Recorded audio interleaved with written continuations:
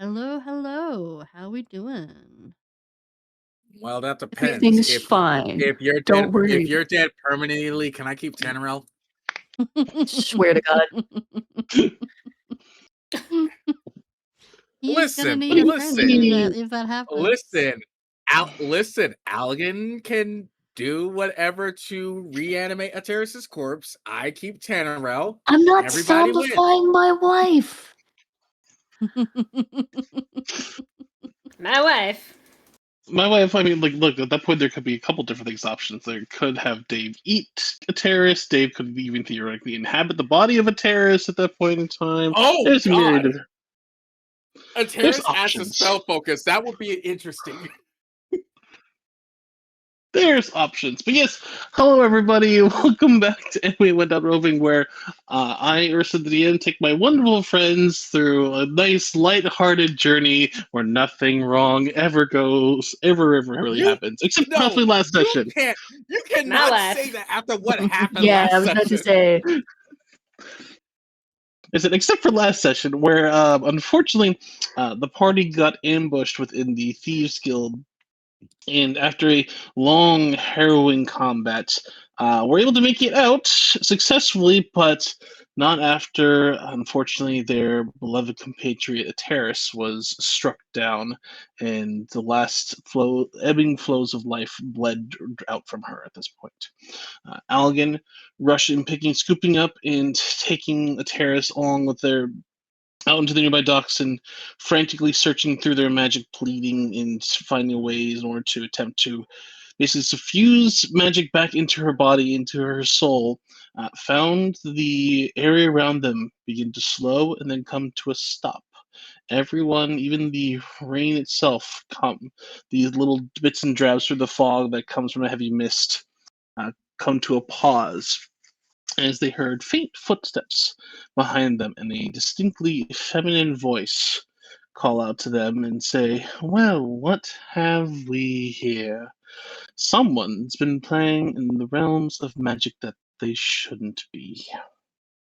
And that was where we had left off, as Algan turns and sees a woman dressed in a robe of blue with a long leather jacket across her arm, across her back at this point in time, down to her wrists, black leather boots, and long black hair, raven hair at the point in time, shining imperfect and perfect pale pale skin. Her hand, one of her hands coalescing, almost having this constant star-like twinkle about it. You, Algan, have this immediate connection as this individual is Mistra. I was about to ask, do I know who this is?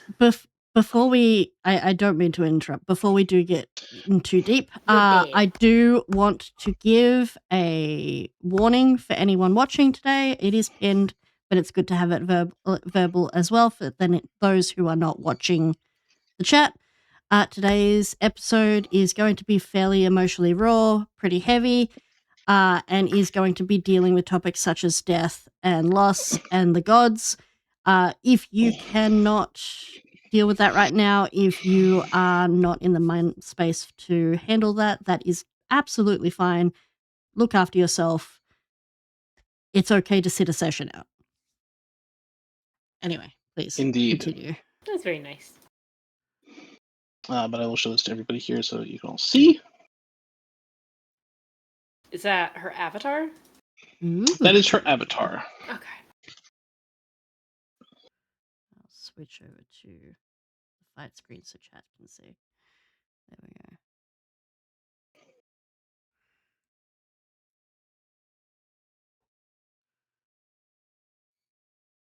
go. Awesome. Badass. Yeah. Algan, you still find yourself kneeling over the body of a terrorist at this point in time. You can feel the lingering magic still trapped within her breast at this point in time. It hasn't yet fully taken hold.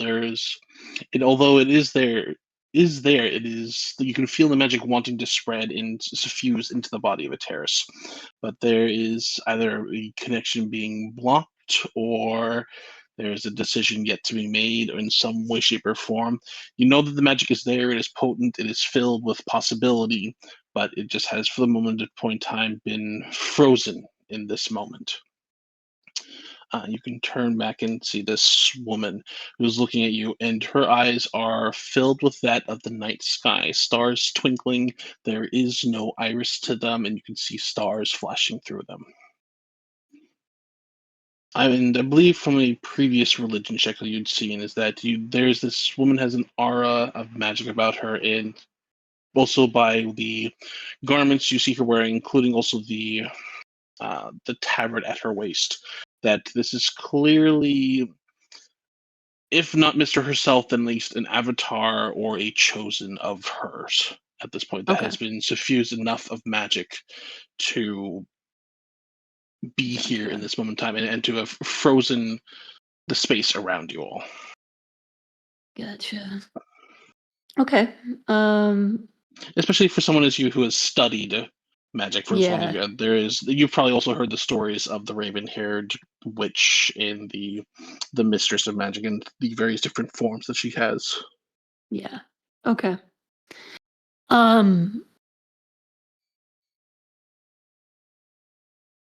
Halligan hates the gods, but he's also not stupid. So he's going to turn around and not deferential out of like respect for this person, but deferential out of understanding they're swinging above his weight class. Like he is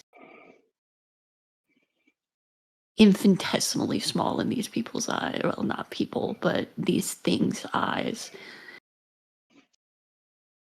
He kind of swallows back that initial derision. What do you want? As he looks on this avatar or representation of Mistra.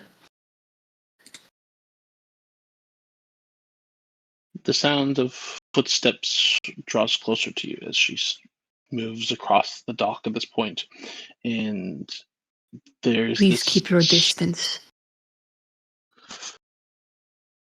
Oh, I will do quite as I please, little mortal. I'm just asking you to keep your distance. Not making you do anything. It's a request. I know I cannot demand anything of you.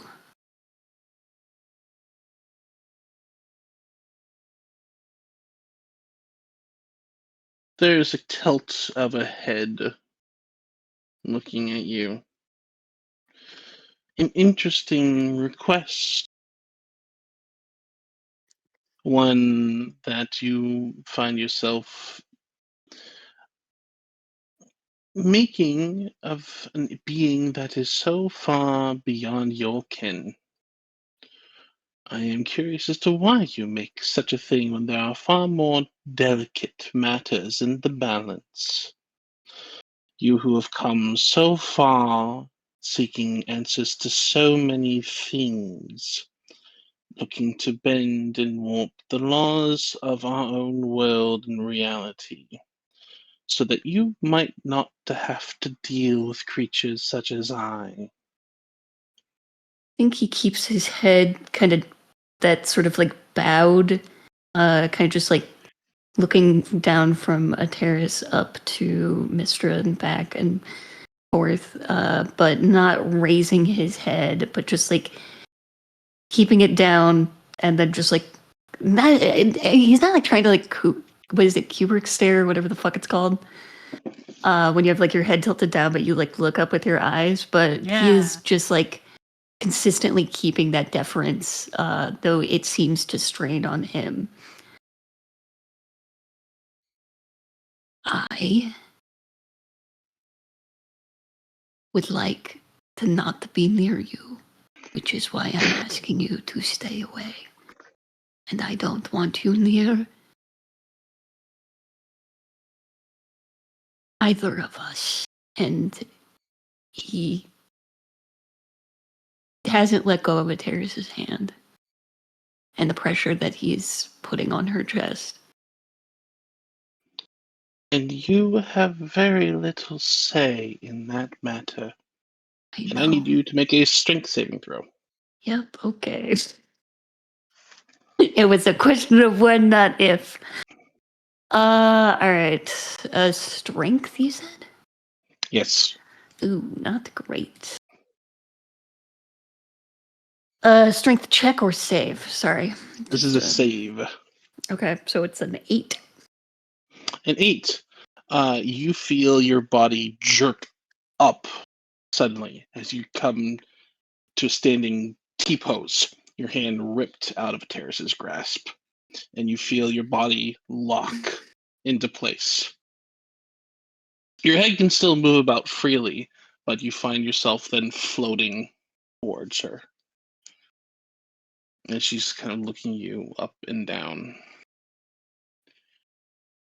What you want in this moment is actually quite relevant. So I would pick what you choose to be of your utmost importance carefully. You who are bending the rules and seeking ways out from beneath the watchful eyes that have lain upon you for so long. There are many who keep a thoughtful gaze upon you, Anakin Hugh, and of that creation you nurture within yourself.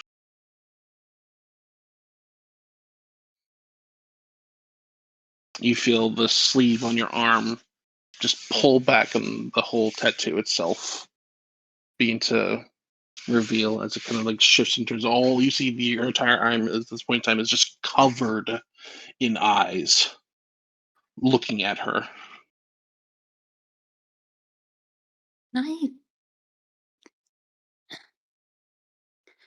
I don't know what check I would have to make to infer and understand if Mistra can like hear my thoughts or if it's merely she's just been watching my actions. Because what I want to do is speak with Arcanum directly, the tattoo, and see if I can communicate with it without her noticing. I'd say go and make a religion check. Okay. Oh, that's really good. Holy shit. Okay. Religion? Yes. Plus 5 is a 22. Okay. You would note that while deities are not, while many deities have a very widely expanded knowledge, really much of their knowledge is gained through not an omnipotence, but of a deep knowing of their circles. Mistra's circle deals like in terms of somewhat with the mind, but it deals with more like kind of the nature of magic and the interactions it has with the world around it. But the deities and this is also as a side, the deities in the Forgotten Realms they're not all encompassing. They are flawed creatures. They are very, very powerful creatures, but they can die. They can transform portfolios. They're actually surprisingly close to mortals in the fact that they act with almost mortal like we're dealing emotions. with like the Greek gods in a lot of ways. Very much so. So you're getting that it's more about her watching her actions and perhaps having like other seeing things you've written down or otherwise, but she herself probably cannot read your mind. If this was something closer to like one of the lithic gods or like an elder brain or then I might be at risk of mind reading. Okay. Or like something that deals specifically with secrets, yes. Gotcha. But Mistra probably not. So can I don't know if I need to make like a roll for this, but can I reach out to Arcanum to I don't know, say something to it. I would say you were connected to this creature, this being intrinsically. So I would say you do not Okay. need to make a check. Okay. Then I'm just gonna let Arcanum know everything that this being is not for us. Everything that Mistra is and everything that she is doing right in this moment is not for us. Like, not in like she's not helping us or anything like that, but like truly intrinsically, this is not something I wanted to intake. This is not something I wanted to learn. Okay, go ahead and make a persuasion check. You can substitute your charisma for your intelligence. Oh, yes, please. Okay. Substitute my intelligence. Yeah, because you're trying to impart the knowledge into Arcanum that this is not something that we want to represent or be represented by. Okay. So I'm just adding the +5 from my int then. Yeah, instead of the plus the whatever plus you have your charisma. Okay. 18. 18. You can definitely tell that there's some amount of reaction to Arcanum. You can definitely tell that it's still watching her, but there's definitely more like that wary watching. Like this is more like a cat that has its hackles up. Yeah. Rather than necessarily, it's like ooh, entranced, pretty. Yeah. Does that reflect at all in the visual aspect of the tattoo, or is it still just eyes? Currently, it's just eyes. Okay.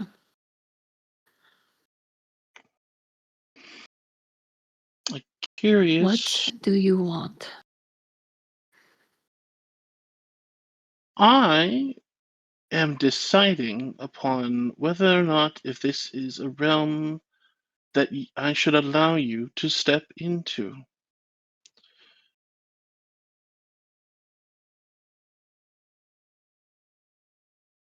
I think there's this initial want to snap that he has to swallow down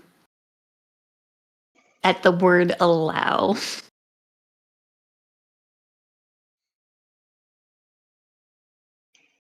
You are dealing or attempting to circumvent the realms of various different of my sisters and brothers without cause for the connection of the natural world or via the supplication towards their appropriate beliefs in temples or the notations within their sacred texts and or laws within their scrolls. You seek to circumvent both natural and divine by bringing back someone fully to life, not just playing puppet master and attaching a few strings to a shambling corpse. You want to bring back someone dear to you without asking the appropriate permission. Lady Mistra, I am a man of scholarly pursuits. I have read. You are a many child who has texts. not yet been punished appropriately for the actions you take. I have broken none of your laws. I made sure of that. I found this power on my own. I made no deals. I signed no pact. Neither yours above or below. Oh, but you seek to tread in waters and paths that would make you close enough to a god. And that is a threat that many of us would rather seek eradicated. Close, Enough. but not yours. And If you wanted me dead, you would have already done it. So Quite. I ask, what do you want?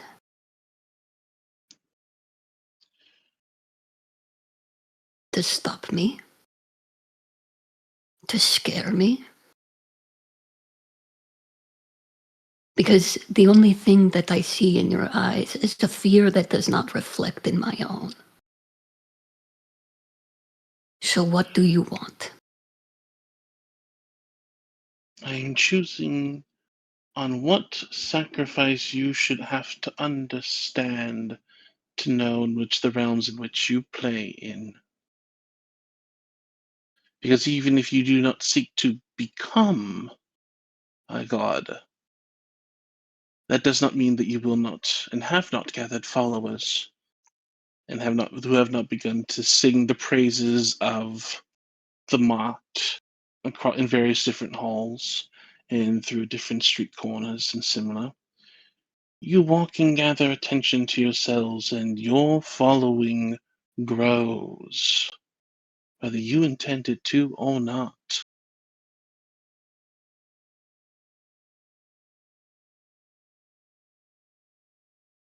You are chained by the station you hold, by the throne that you sit in. It ties you to things just as it gives it to you. I have sacrificed much, and maybe it seems minuscule to something of your nature. But I think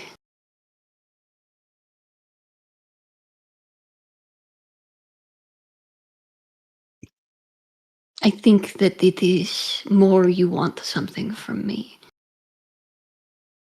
because I have successfully circumvented your trappings. I can feel the magic in her. I have succeeded. And you can stop it. This time, for however much it holds us both. You can kill me. You can kill her. You can destroy us both. But it will not stop the fact that it still happened. I have no want to destroy you, Mistra. I have no want to quarrel with the gods on a grander scheme at this moment. I can't say I never will. You are much more present now than you were moments ago. And I will not lie and say that that does not worry me. But it is interesting that now that you show your hand, when she, and he'll look back to Ateris's body, is on the precipice of something new, never before seen or cast. I have paid a price for it. I can feel a difference. But you wish for me to pay more. A tithe to a ruler I did not intend to meet today. So again, I have to ask, Mistra, you want something, what is it? Name your price. She reaches a hand up to you and up to your face, and a beautifully painted finger pushes your head and to meet her eyes and her gaze. So she's like pushing my head up from like the sort of like, because he's even in this T pose, Yes. he has like still kind of kept his head bowed a little bit, even if he can't keep his Yes. shoulders. So she just pushes it back, so I have to look at her on straight. Yeah. Yes. Great. I love this. Rude. She tilts your head up to look at her directly, and and then she gives you a very. It's interesting. She gives you a soft smile. It's not returned.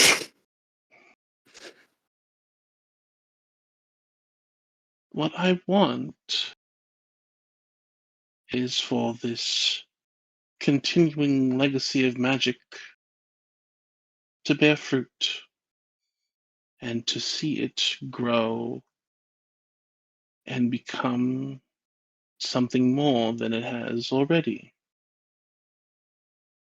But I need a firm hand to guide it under my own watchful gaze. What I Feel offer free to to you, watch.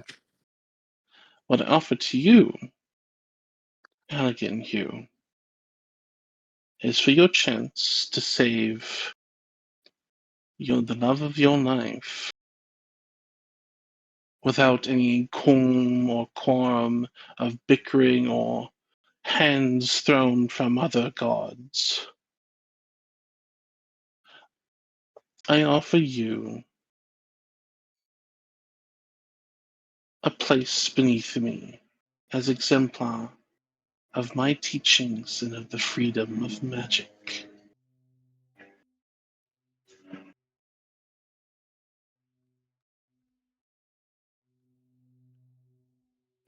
I offer you a spark so that no one may ever question as to where these powers came from where this magic came from. And all remains right in this world. Save the love of your life and see your magic blossom and new pathways open to you.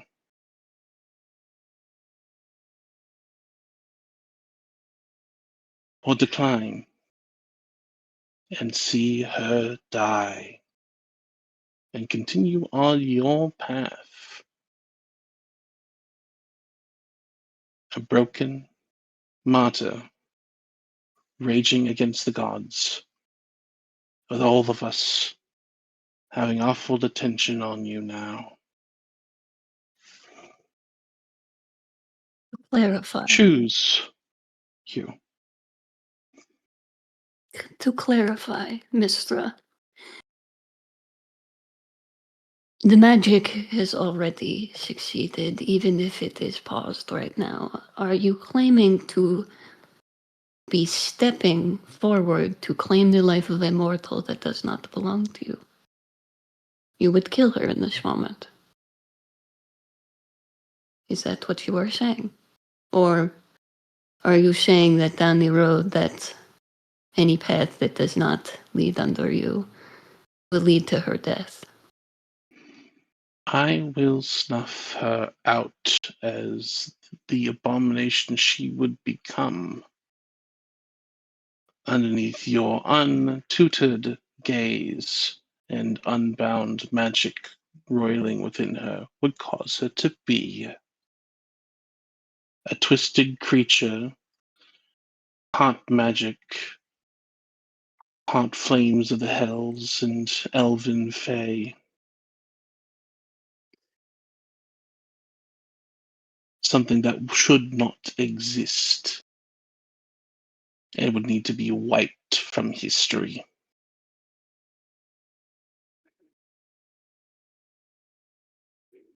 Or serve me and write a new chapter.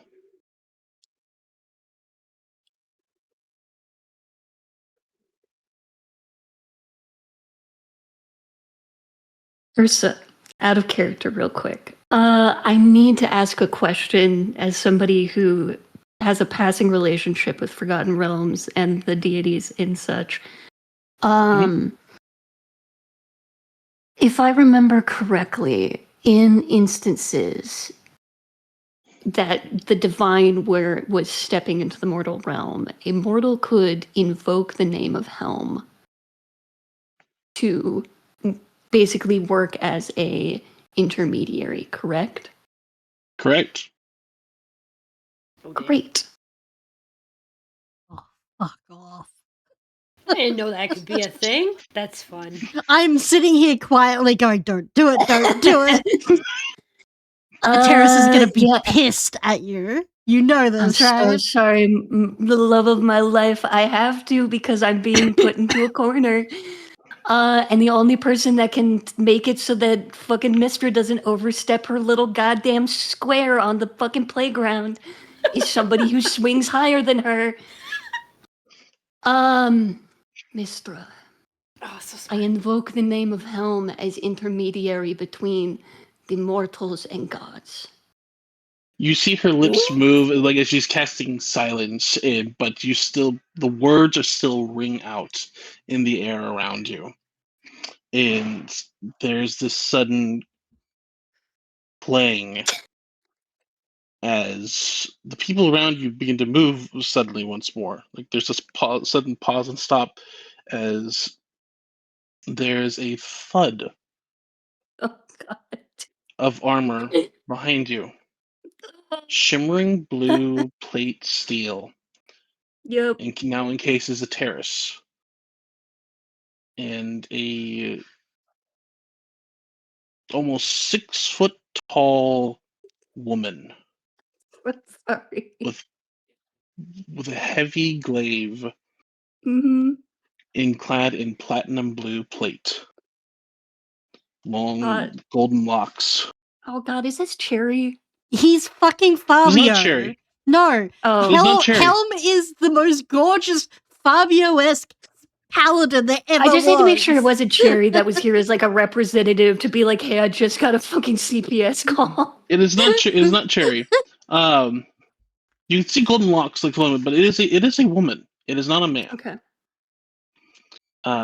And with eyes like brilliant polished steel, the soft morning gray of an eternal light and of a watchtower Mm-hmm. appears suddenly at your side. Out of And curiosity. a very, very slight smile is on their face. Yeah, I have a question. Out of curiosity, because my fucking arm has Helm shit in it. Does that react at all? Your arm is glowing blue. Yeah, didn't think that was gonna go unnoticed. Okay. Great. This arbitration is now underneath the watchful guise of Helm. As such, all interested parties will now be teleported to a demi-plane to undergo continued judgment. And everybody pops and vanishes out of the realm. Out of curiosity. Including Yeah, I was about to say. including Constance, Raya, and Tannerel. What? I'm T-posing right now. Yep. All you find yourselves teleported to a. It's interesting. You would expect a realm of, or at least a partial realm of that of a god to be opulent, grandiose, and similar. And the room you'll find yourselves in is Spartan. Very few amenities in terms of that. There is a wide table around of which there are several different chairs made of wood, clasped in iron. There are no paintings on the walls. There are a few windows that look out overneath a brilliantly pristine lake set within a cradle of mountains. The room itself is fairly bare stone, although well maintained and marked. Soft, that of a heavier granite that you can see dappled with small specks. And there is an armor stand nearby where you can see this blonde-haired individual sets their glaive next to it and sets their helm upon this stand. Raya and Constance, the two, and Constance, with you like holding Tannerel in your arms, who at this point in time is, I believe you put a healing potion or you cast a healing spell upon them? I'll cast a healing spell on them, yeah. Okay. They are awakened. But the two of you, along with Tannerel, see Allegan there held in a T-pose, and standing in front of his hands. standing in front of or floating in the air in front of a woman who has a raven hair and a long blue dress, black leather jacket, who is looking absolutely infuriated. And the body of a terrorist who is also floating in the air, encapsulated in a soft blue light, along with a individual clad in platinum blue plate armor. Well, I will be hugging Tannerel with a vigorous force for their comfort. Definitely for their comfort. They will lick your face. Yee. Raya looks to Allegan, then to Terrace's body, to the woman, to Connie and Tannerel, to whoever that is, and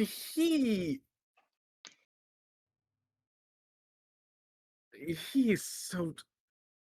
Hugh, what did you do?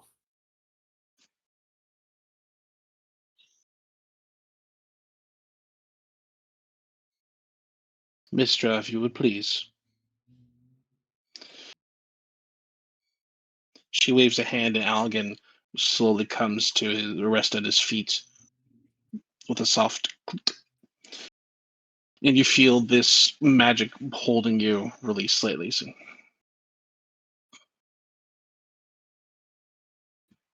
you are now free to move by your will, Allegan. Oh, I'm immediately going over to a terrace. Kind of like looking to Helm as if like they'll stop me. They do not appear as if they'll stop you. To answer your question, Rad Silva, Allegan Hugh has requested an adjudication between themselves and Mistra in regards to the enforcement of magic and the newfound source of power that they themselves have created, including as well as also the lingering effects that their magic might have upon their wife, now deceased one, Ateris.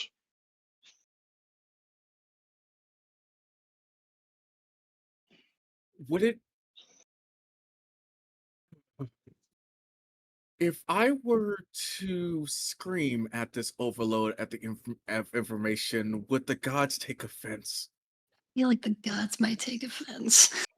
Are you saying that, or are you... No, he is genuinely asking this question because he's... Oh. Then I will have responded with an accent to that. Then the gods won't probably take offense. Let's keep that breakdown for later. Fine.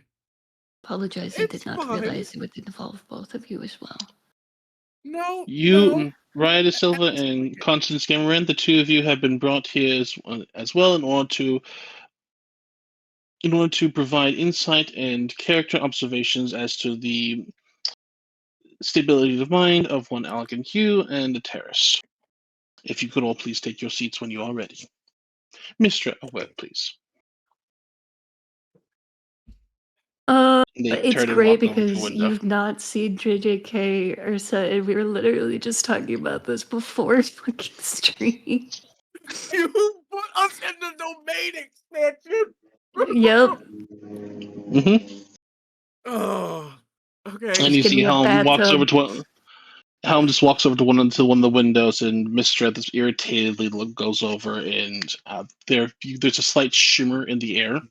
And you cannot hear any sound coming from them, although there is definitely a very suddenly intense conversation that Mistra is having at Helm. Helm, who's looking upon it impassively. Okay. Ryan takes a deep breath to just calm himself for the time being. It's like he looks up at Connie, makes sure she and Tanner are okay. He immediately runs over to a terrace and is like, what is going on here? Um, I, I a You can lot see has her happened body very is. quickly. You see her body is encapsulated in a soft blue light shell. Allegan, you try to touch her, and you are unable to actually physically touch her. Yeah, It I is that didn't think soft it light. would work. You can She's still in see some that. form of stasis. I panicked and Mistra took the opportunity of weakness for what it was and forced my hand. She threatened to kill a terrace in a more permanent fashion that would not likely give the ability to resurrect her by more traditional means afterwards, if I had to imagine. And you see that Allegan does not look great. Where he was kind of bookish and skinny when you guys first kind of went on this trip. He's not been like bulking up by any means, but he has like where before he was kind of pale and didn't have a lot of color in his face from being indoors a lot of the time. He was starting to get like a flush to his skin, be a little bit more tan from just being on the road. He is very pale and looks slightly like peaky, like sickly. He's not doing great. And I don't. Yeah, no, I'm just like slightly injured from the attack, but not more of it is of my own making. Sorry. I again did not expect you both to be here, Constance. I am so unbelievably sorry to have mixed you up in this so deeply. I think Raya, Ryan you know what you were getting into when you came with me. Ryan exhales and he looks back at where Mistra and Helm are talking. He looks down at Terrace and he just has this exasperated smile on his face. It's like, Terrace is gonna be pissed when this is all over, right? Well, she'll be alive to be pissed at me, so I'll take that as a win. Yeah, you know what? Yeah. All right, so, well, you wanted an adventure, Connie? This got kicked into overdrive. Yeah, and I just kind of like mime, like fucking cheering a glass to her is like, you fucking wanted this. Here you go. I need you to make a Constitution saving throw for me, please. Me? Who? Constance. Oh. Oh. Uh-oh. Okay. Okay. Constance, you have this feeling over you, like you're able to keep it down, but there's like kind of this sudden like queasy feeling in your stomach, and your skin is itchy. Kind of where I appreciate the apology. We'll deal with it later. All right. Okay. All right. There's no game plan right here, so I we have a do what we. plan.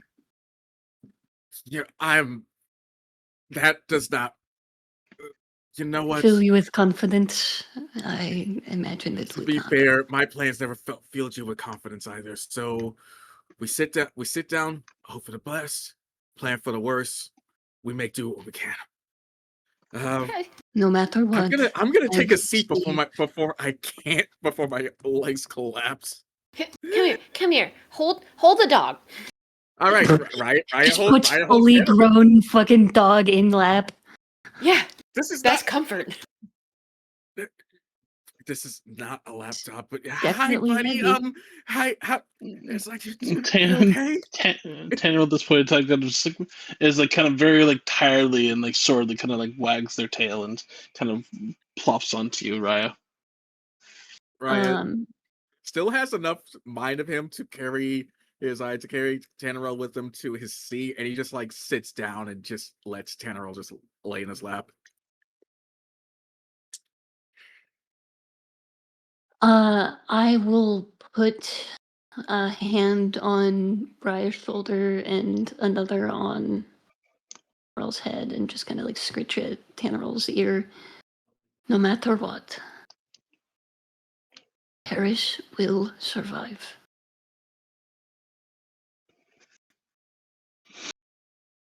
Speaking of a terrace, Yeah. Oh, Hi. it is dark and damp. One might even say moist where you are. You can hear the very distantly hear this soft chittering of voices and creaking of roots and buzz of insects.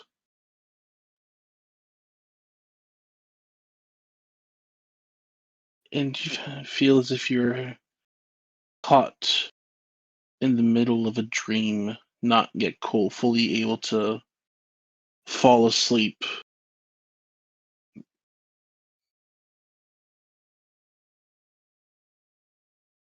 When you hear the soft sounds of a blade cutting through vegetation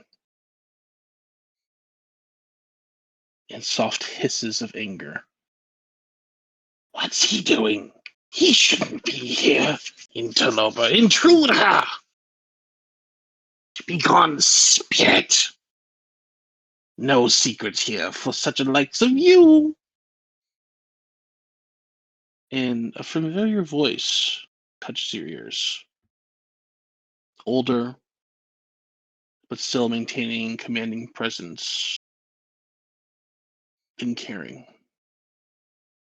I did not come here for secrets. I came here to see one who is still close kin to me,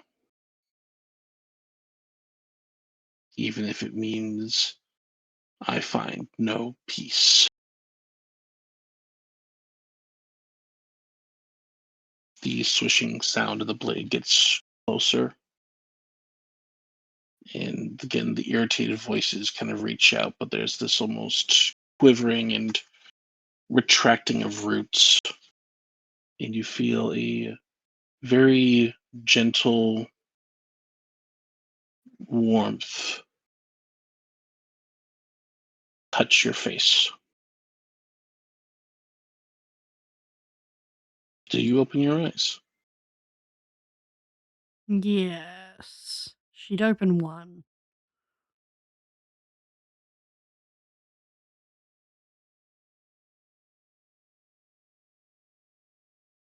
Clad in soft, well, what can only be called silvery garments, as they are mostly see-through,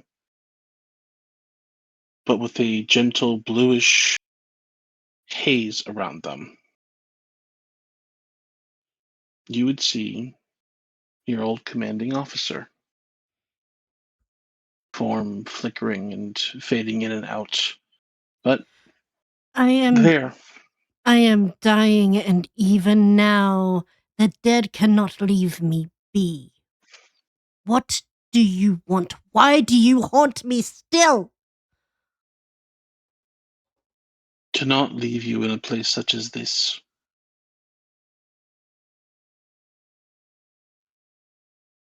Place that is chosen.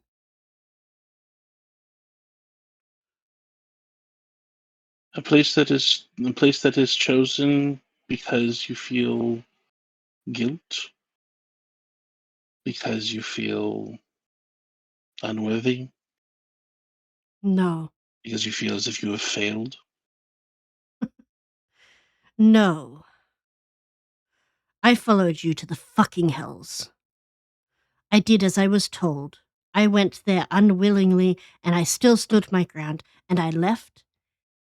And I chose to be here not because I have failed, but because I am accepting.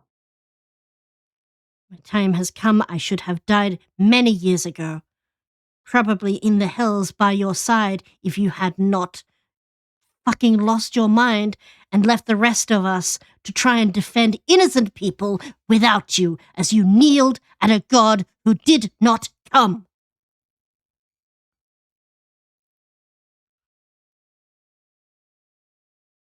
And should I not come now? Should I not give every piece of my essence to serve those that I swore to protect?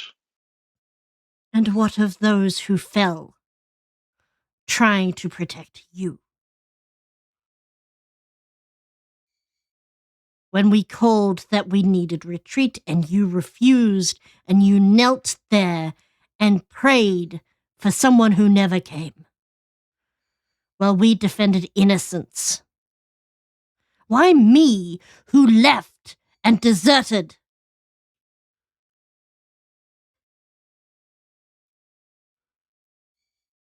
There's a sad look upon his face, and Why not your children?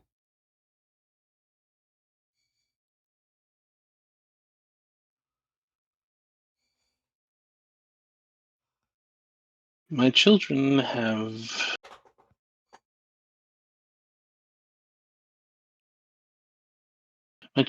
enough of their own problems to deal with, and I have asked of them.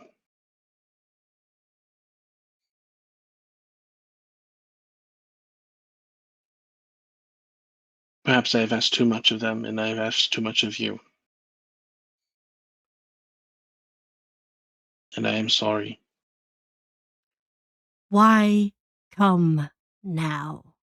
You show your face before I left on this journey with ominous fucking whispering. And now, as I lay here accepting my fate, you come to, what, pull me from it?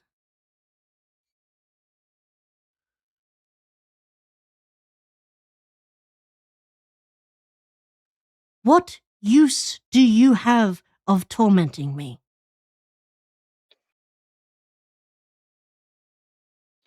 There are 1,001 different things I could ask of you. You maintain a connection to those still trapped within the hells that I cannot reach. You still, even if you do not serve Helm, you still know far too much of duty and have always been a soldier. And any commander knows that one does not leave a soldier just to their own fate, not alone.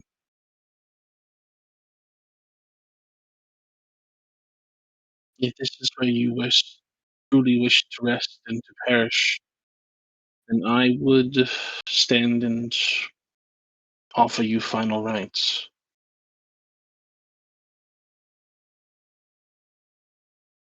But not in a place like this, a terrace.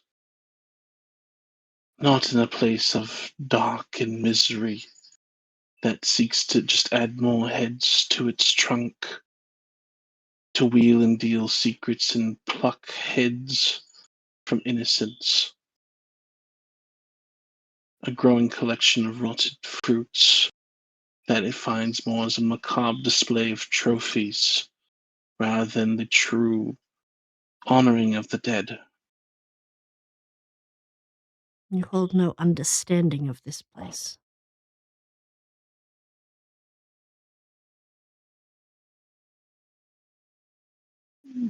Perhaps.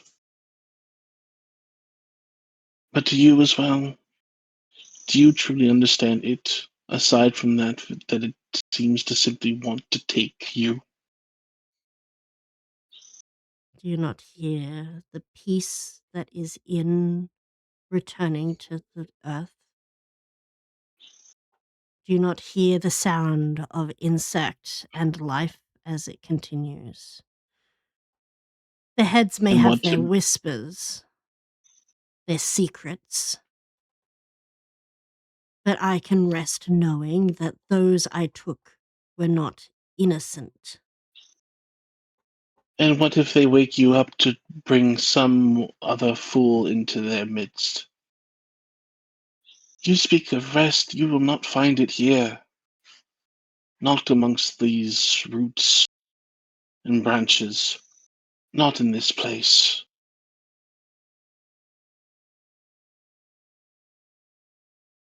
The one who introduced me to this place offered me guidance when you abandoned. And now you come and tell me it is not for me. You wanted no piece of me. I gave you what you asked for, and that I am sorry. I should have given you what I could. That was what I still try to give to you now.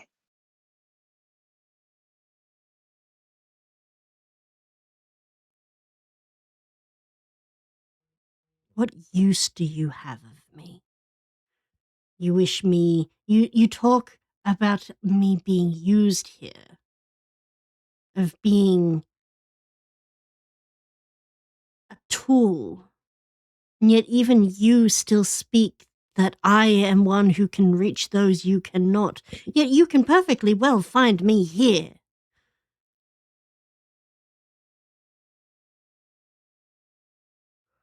I can find you here and now because you are on the precipice of life and death. You are not fully gone, and you are caught within it just as much as I am. And what of before? I could give but scant whispers and calls to you, but you never came to my grave again. You chose to throw it away and not interact, and I can only travel so far from where I rest. I am not This thing in picking place up. exists. I will not pick up the helm for a god who abandoned me.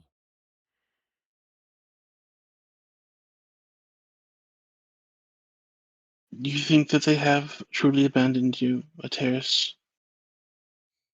They are bound by their own rules and can only exist in certain moments and times. That is what I unfortunately learned when I perished. They can only intervene in certain moments and when certain requirements are met. Was not the death of hundreds, of almost an entire city of people, not a moment they were needed? When they could not, when they themselves were passed by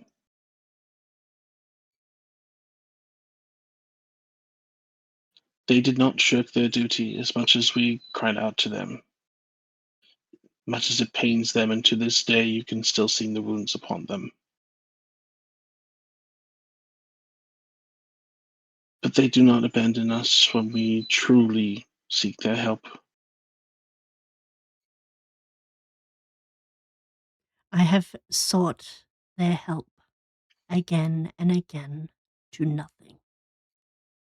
All the help I have made has come from myself or those that I have found myself. Those who found me. You think that they do not still help you now and have not helped you on this journey?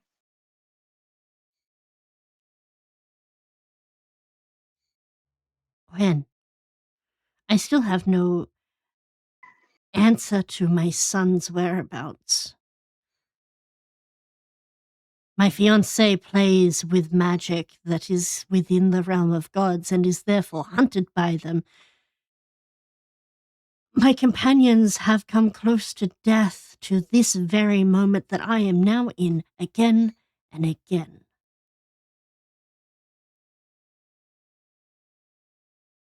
I will not name my own strength to the whim of a god.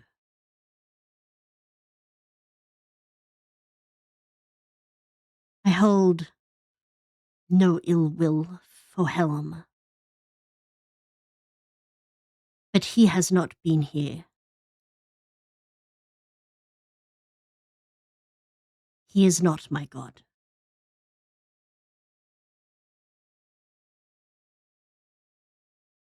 And yet still they come to protect you. Come to protect your husband. What are you on about?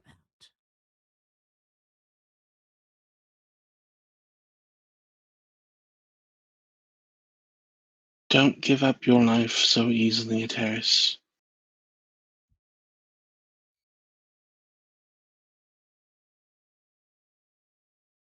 You think that the gods would not have struck at you and your husband for as long before now if they had without Helm's intervention? By the accounts of your own husband, he has broken no laws or broken no choices amongst the gods, and yet his magic is a danger to them all, but not for Helm Because upholding them to their own. They fear change. They are children. Yes, they do.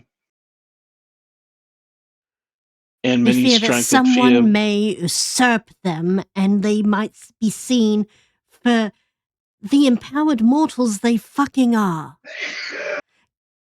And you do not think that they would Bless you. sorry. No, it's fine. That was And you just do like not a head sneezing in the background. you do not think that they would have struck you down before now were it not for the intervention of Helm. If they You could chose not the name the have... Mark because you for a reason. We chose the name the Marked because all of us are targets, but we accepted that. And the gods have no need to play with us when they could not even help people. Why would they come and strike us down now? Because your husband is attempting to resurrect you.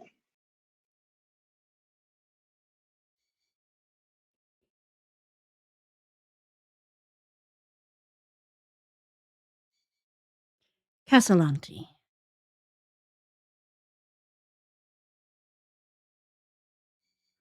Why me?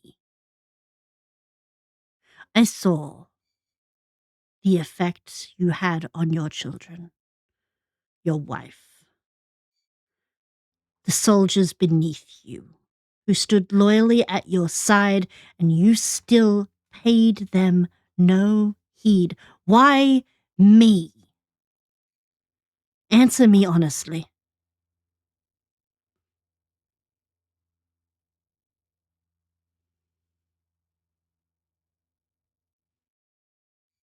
I had my very being changed by following you. I lost who I was following you. So why me? Because you care.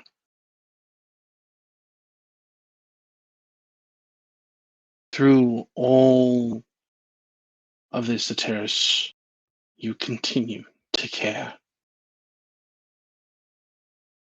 You continue to care and to fight, and to not let your world be defined by the actions of others. Because you do not stop even when the world is set against you because of your pride and your strength.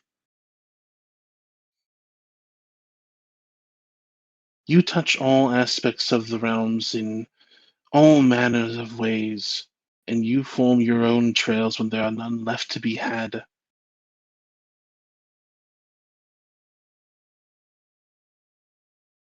You may think yourself a coward for running away at times, for leaving when you had to.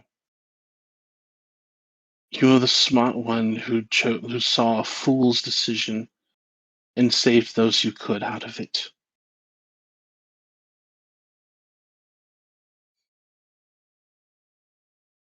Because you are the only one who touches Fey and Demon and Mortal.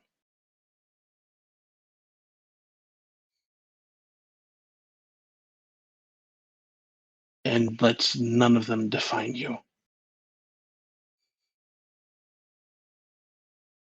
Because you are a better person than I am.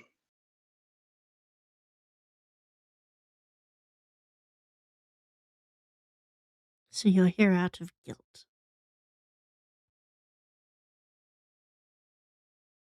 Yes, if that is what you would call it.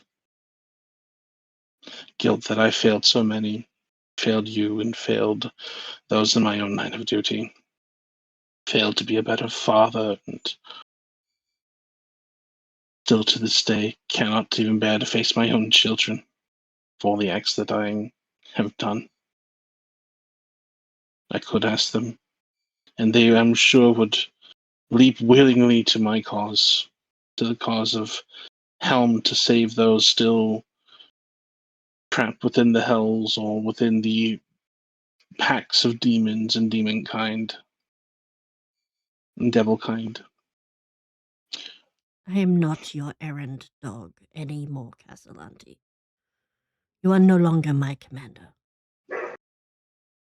If my fiancé wishes to bring me back, if he will defy the order of gods, I will return. But I will not stand beneath Helm, and if I see you again, I will find your soul finished. You will not see me again. Someone has to take your place on the tree.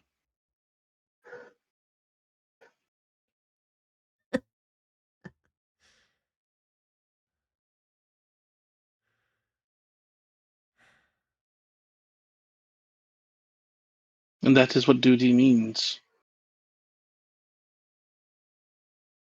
To be willing to sacrifice when there is no option left. I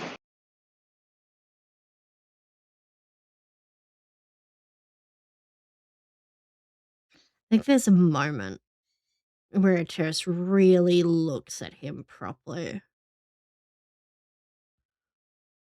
And she does not see... Sorry, go ahead. As I say, go ahead and make an insight check.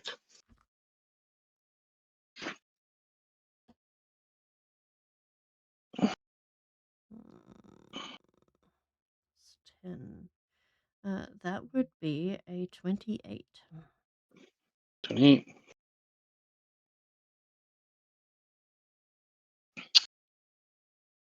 You would see your commander, as he was, but you would also see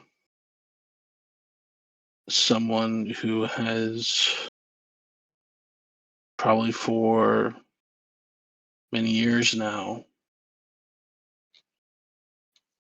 been caught between the poles of many different places, and how his soul is thin and threadbare, the edges of it tattered and torn. It's once noble paragon of devotion that you remember.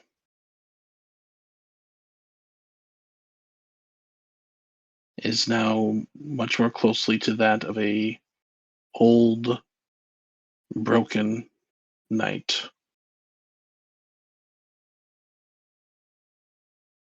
who, in the face of things attempting to tear away at him, at his soul, and his very remembrance of what or who he was, still clings to that sense of duty to those that he commanded.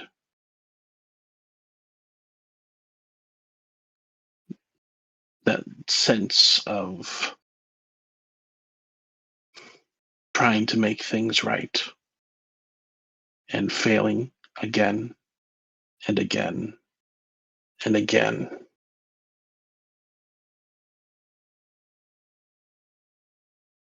But still pushing onward.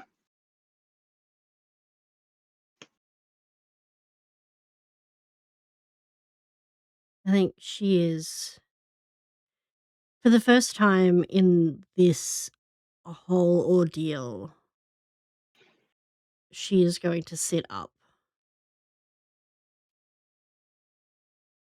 And I think she takes him by the collar of his armor and pulls him close.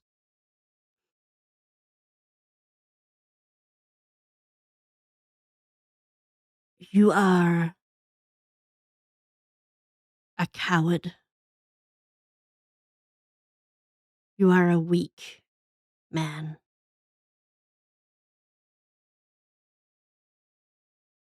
And you are a poor replacement. So I will one day return here for my place. But you will do for now. Because at least once you should do something that is not for yourself.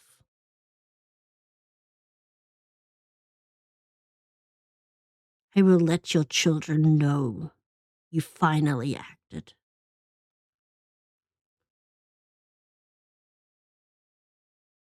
And she will release him and stand. As you release him, the roots and vines of the tree release you and shoot out around him, wrapping onto his waist, his legs and arms and neck.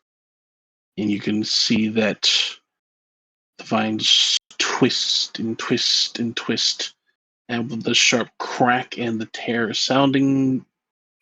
sound of flesh, the head comes off and the body dissipates, I think vanishing, a leaving terrace. Go ahead, sorry. leaving behind only this head now being wrapped around by vines like a soft cradle as other heads begin to laugh within the tree itself. And there is only a shining glass sword left behind.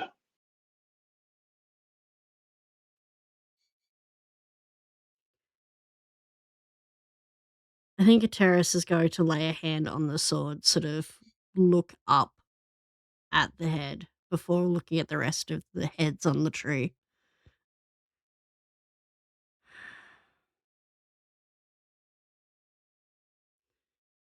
Let Sidis know that when I am done with all of this, we need a conversation. I will be back. And she will walk away. Okay. You find yourself walking into the dark. And we return now to Allegan and Constance and Raya.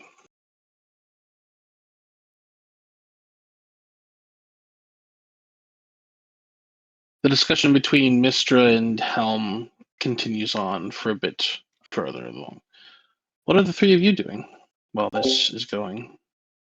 I guess I'm just trying to check in on everybody. How is everybody healing wise? I want to top anybody off that I can. I mean, I'm pretty rough. Raya's Yeah. Raya's rough as well.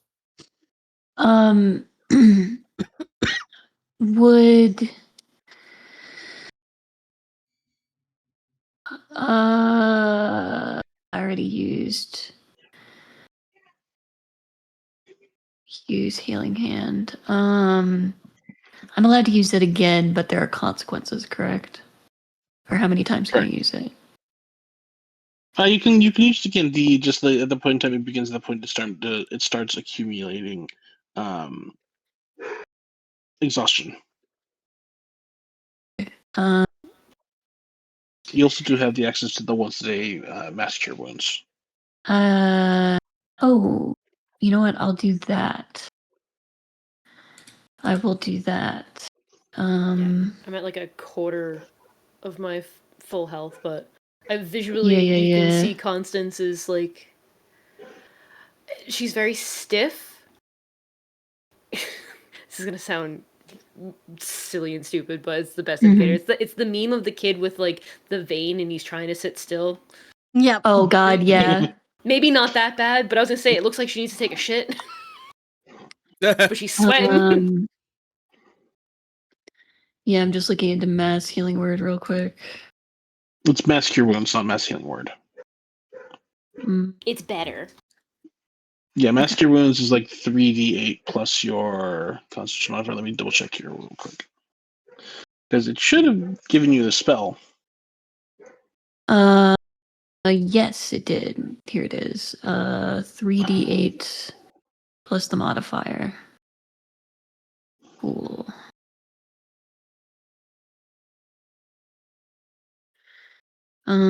Modifier is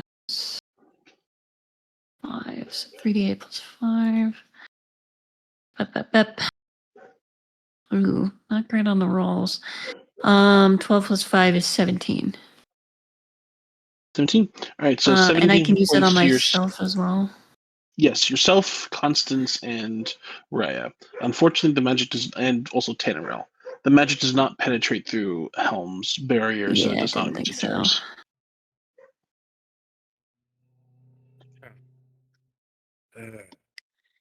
And before I cast it, I'm just gonna look over to Helm and kind of, I don't know, wait for a They give you a very nod. soft. They give you a very soft nod. Okay. Yeah, I'm being ultra respectful. I am in someone else's house.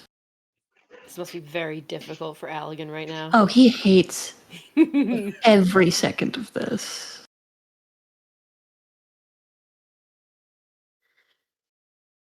But he will play the rules. All right. Anything else? And then for... I guess he'll just wait.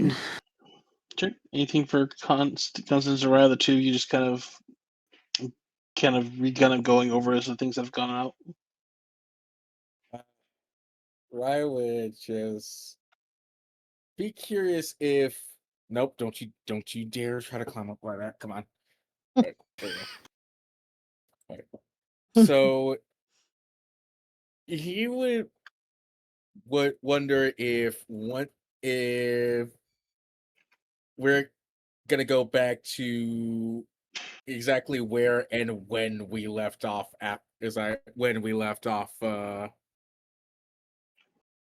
after this is over, because he is trying to look for someone. Valid. I don't think they would take that much time from us. I don't know. At the very least, I don't have to look for this person angry now. Well, I'm still gonna be angry, but not angry or reckless. Let's Angry try and to keep the recklessness to a minimum. I think he got the recklessness for all of us right now. I I'm suppose Calculated. I'm How? What happened down there? Mistra believed that they could back me into a corner to agree to be No, there. not that. Before, because me and Connie had our hands full with the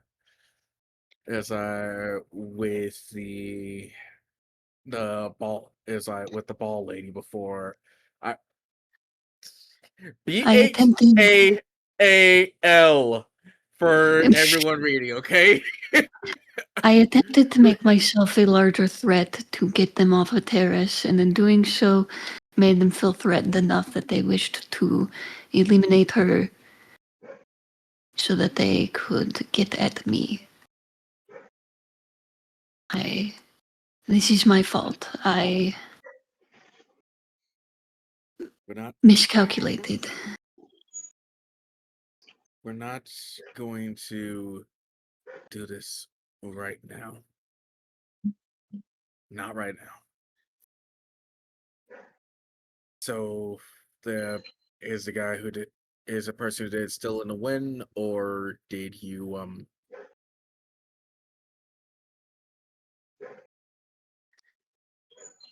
When did you get to him, or did Dave get to him? I didn't kill him, correct? You did Yeah. not. No, he ran. Alright, put that in the pin for later. But you do know that you would know is that he was an undead individual. I think we might be dealing with a high-level necromancer, or our lich friend is more of a source within the Zentrum than initially anticipated. That's pleasant to think about. Oh, speaking of just things that are out of my wheelhouse, Connie, what was that? What was what? I would maybe No. suggest waiting on certain things as I look over to the two fucking gods talking right now. Oh yeah, Connie's like, still sitting pretty stiff, clenching her jaw, kind of cold sweating. Think it can wait. Maybe it's just me, but I think it was with everything going on, they know most about us, and I'm pretty sure. Let's not give them anything later. Okay. All right. And then we kind of just wait like kids outside the principal's office, unless anybody else has. Which does not take too long, as finally, after a few more minutes, you can see Mystery, who has been kind of like pacing back and forth and acting since, it's like he sounds irritated before this kind of shimmer in the air drops, and Helm now turns towards all of you. Their blue eyes kind of looking across each of you at that point in time, looking first settling up on Raya, then a terrace, then you, Elegant, and then you, Constance. And each of you definitely have this feeling of being truly observed. As if, like, whatever protections or images or magical auras against you, there's like a list of that it's been cataloged or at least taken note of in some way, shape, form, and otherwise amongst. It does not feel good that someone knows more about me than I do. Hell, they probably even know more than I know about half of me. It's annoying. It's annoying. He gestures towards. They gesture towards Mistra and says,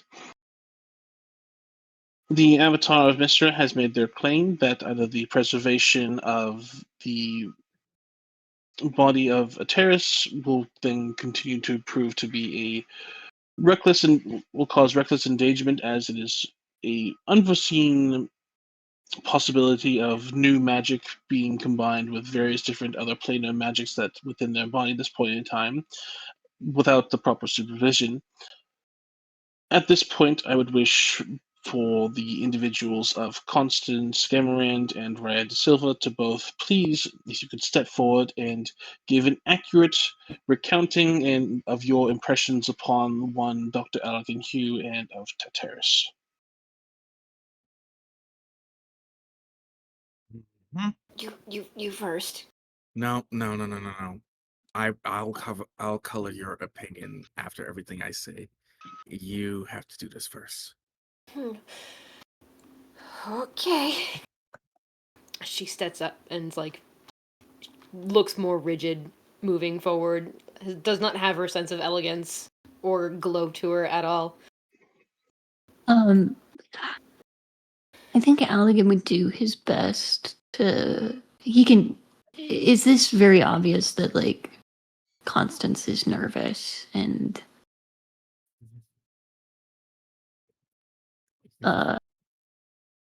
just not doing super hot? Make an insight check. Say, asking me? Yeah. You said insight? Yes, please. Okay.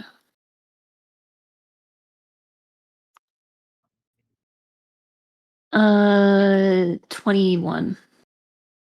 Constance, what does Allegan read with a 21 insight? Trying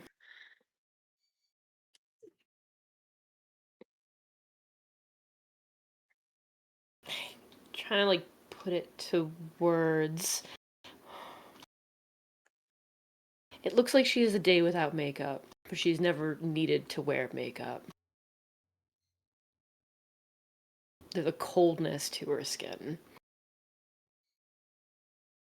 I think that's what he can pull from. This is Okay. definitely not just nervousness. Like, you see something slightly different. Okay.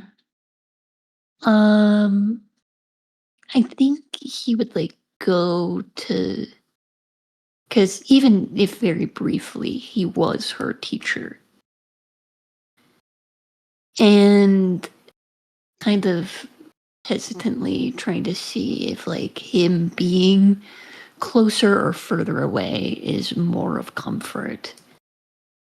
He'll kind of like slowly gauge whether him like, put an arm on her shoulder or something like comforting is what she's looking for, or if she like tenses up if he gets close. The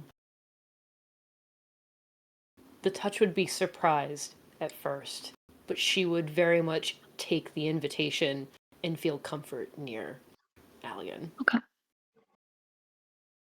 Then he'll, put a hand on her shoulder, kind of being like, "You've got this. I know this is more than you asked for, but just be honest." Honest as the sun is bright. Both of these people, and she looks up to the gods, and to Helm specifically, because Mr. scares the shit out of her. Valid. She looks angry.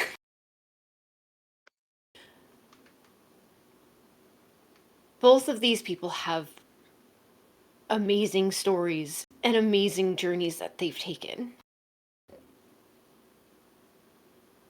But they also take the time to guide those that are around them, caring for people that they've just taken under their wing. They may have done stuff that could have been horrible in the past. Who knows? But I'm going to judge them for the moments that I've been with them. And although there may be a darkness there from trauma and fear and loss of their loved ones, they are determined as fuck and extremely honorable in everything that they do, and they try their best no matter what.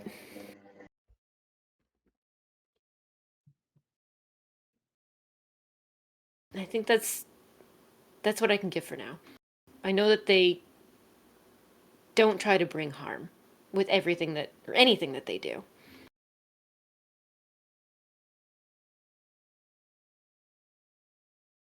Hope that helps.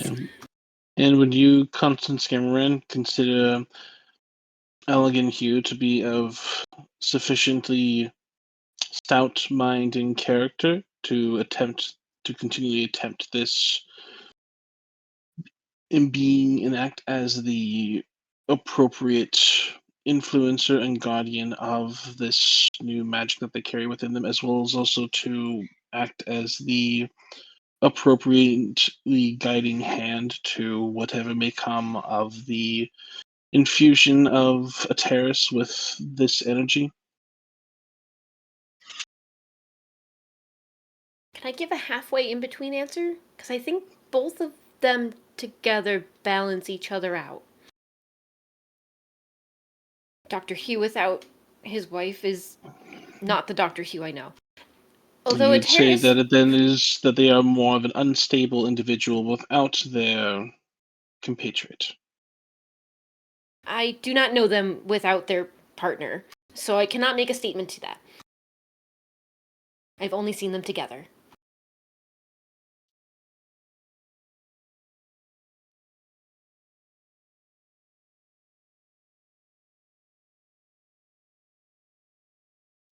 Do you think that the creature or entity that residing within Dr. Allegan Hugh is one that should be allowed to find continued existence? Constance kind of like tilts her eyes to look at Allegan. He'll kind of just be like, "This is on you." I don't know if she's been given like the whole story about Dave, though. Not like completely. No, we have not had a chance to talk about Dave. No. What now? Dr. Allegan Hugh, within their form, contains the beginning essence of a creature that, if left to allowed to continue to grow, might bring about the continuation and evolution form of magic that would perhaps possibly act as a counterweave to the current weave of magic. As such, the Mistra has launched a formal complaint that the allowed continual creation of this entity or being would then cause the disruption of balance of power between both those of gods, the mortals, deities, devils and demons, and other various entities alike. And as such, it is my appropriate duty at the point in time to gather all known information about this particular entity and make an appropriate decision as to whether or not if the possible destruction of the realms as we know it would come as a cause for allowing this particular creature to have continued existence. Please clarify, you did not mention the Feywild within your statement. The Feywild is counted amongst the various different realms, although as such it is one thing that mirrors over the currently existing mortal planes. If the destruction of the mortal plane was to occur, the subsequent collapse of the Feywild and Shadowfell would occur in the same manner.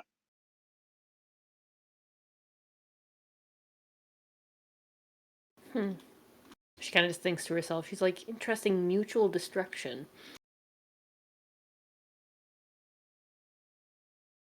Yeah, I think he'll be fine.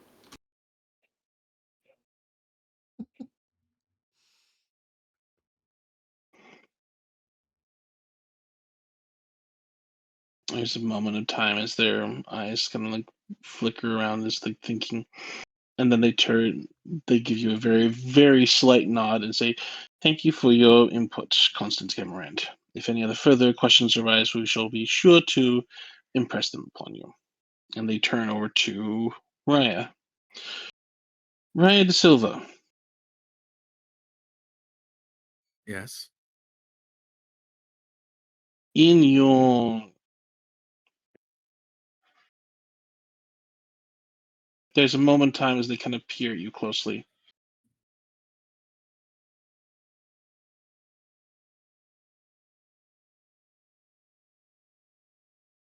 Please step forward.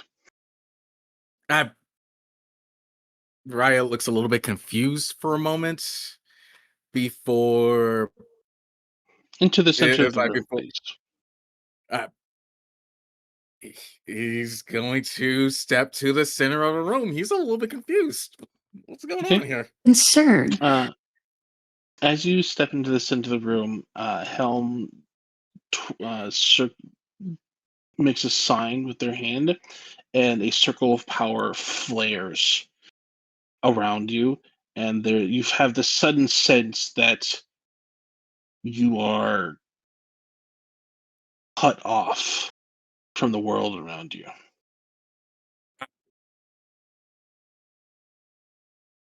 And there's this, for a moment, the world is much quieter, and there's this lack of almost like a like an itching feeling or like a very light buzz at the edge of your hearing that you didn't notice that quiets suddenly.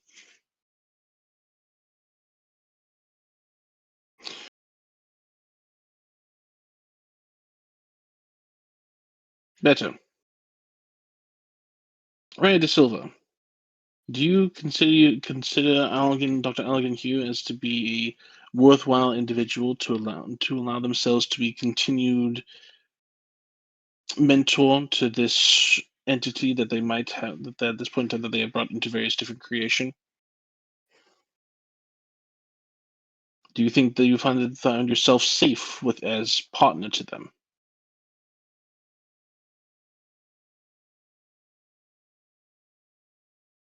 To answer that in full, I would also need to address the situation with a terrace and my memories of her as well. Is that permitted? It is. All right. Raya reaches to the side. His books is still there, correct? His books are still there, yes. Okay, so he goes ahead and takes it out. He doesn't flip to any of the older entries. He flips to Independence to the back. It is like in the back of it. Real quick, sorry. Allegan, go ahead and make a perception check for me, please. Why would I need to do that, DM? Natural 20. That's a 20. What? You see plastered on the outside of the power circle what appears to be Raya's shadow. Oh, good. Oh, It just wants to go inside. it's good. It's actually a good thing that it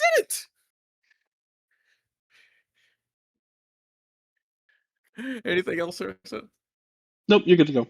Okay, so Raya takes a little bit and reads a small little it was like small little journal entries that he has for everyone that he met. The biggest ones aside from being Norik and Fion, it's of Ateris and Allegan. He double checks for a minute and then he flips to one of the earlier entries to double check and be sure. And he closes the book, takes a deep breath and exhale.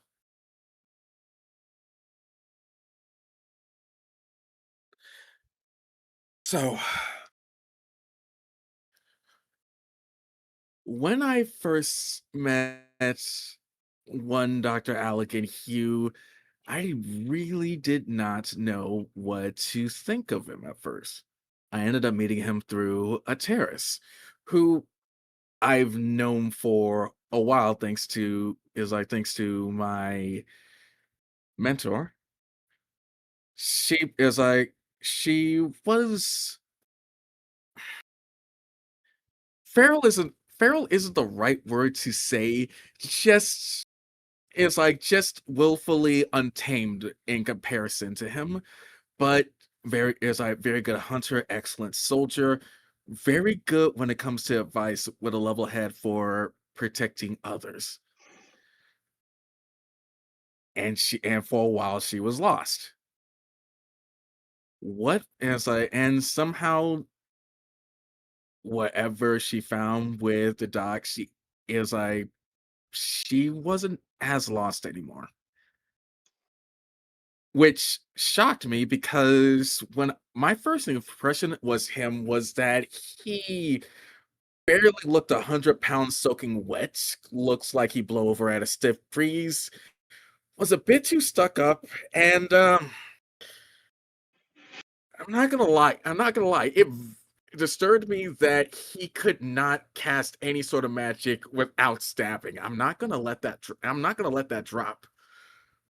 But Elgin just looks up to the sky like, God. but I have not met but I have not met a more brilliant mind when it came to magic theory. One of the better teachers that I had the process of learning under, and he managed to teach someone who can't physically cannot step into your realm, and he looks over at Mistra without extreme pain. And yet he found a way for me to accept you. He's he is very ambitious with his own reasons for doing so. But but as many times as he does kind of rush into things, never once has he willingly put us in danger, and never once have I not felt safe with him around. This adventure that we've been on, I've seen him grow. I've seen him do amazing things with his research. There are still several things that we don't understand. Me, obviously, but he's created something that is a boon to this world. He's somehow managed to unlock a new way to use magic. And although Arcanum has a lot to learn, now that he's aware of it and is in a position to teach it, it will be fine. And with us journeying together with him, and that does mean all of us, and he looks over at a terrace, we would provide the proper breaks and the proper insight to further help guide him to where Arcanum needs to be, what Arcanum needs to be. If it's decided that Dr. Cube no longer proves themselves to be of an asset of an appropriate mentor to this particular being, and as such finds themselves in using it in a way, shape, or fashion that could endanger the realms as a whole, would you take it upon yourself in order to eliminate them and it from existence? Yes. But with the added amendment, sometimes a good slap is what you need to bring yourself back to your senses. That is irrelevant to this particular education. The current question is whether or not if you think that it would be a possibility that such a thing would be necessary. As things stand, and if everything goes well, no. If things goes wrong, I'd still say no, just because Allegan is a man of spite. He would make sure that it would prosper in spite of his heartache, his pain, his rage at the gods. He would sooner eliminate himself before letting something like that run free and wreak havoc.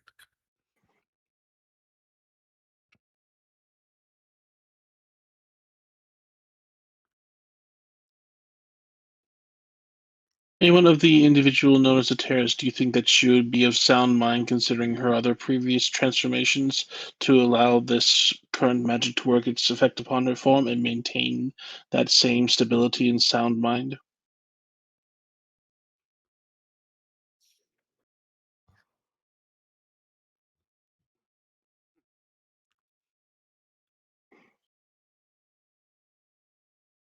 A terrorist does not break. She bends, she is warped, but she never breaks. This is like life has already dealt her a savage hand.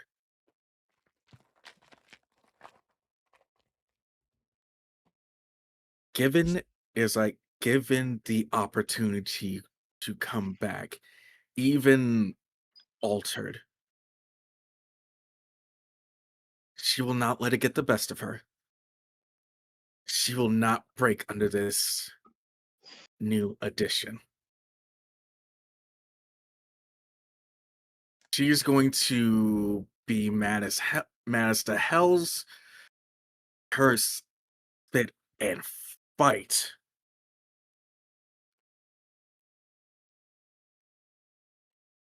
It's like, that is one person who I don't have to worry about watching my back.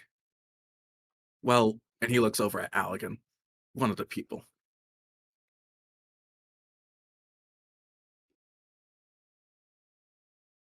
There's a faint nod, and you feel the kind of that circle of power fade. That very, very slight buzzing returns to your ears as your shadow reconnects to you. Raya looks unsettled. Like, it's the fact that Yeah, what does while I that was feel there, like? it's like while I was there, he didn't notice it at all. But now that he notices it, how does that feel like?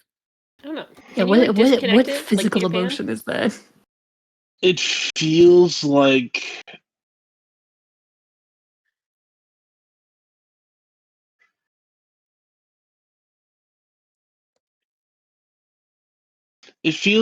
the very faintest like blowing of wind against arm hair.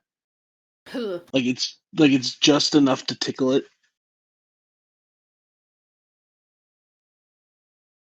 But it's like all across your skin. No. DM, I'm gonna Yeah. ask something. Yeah.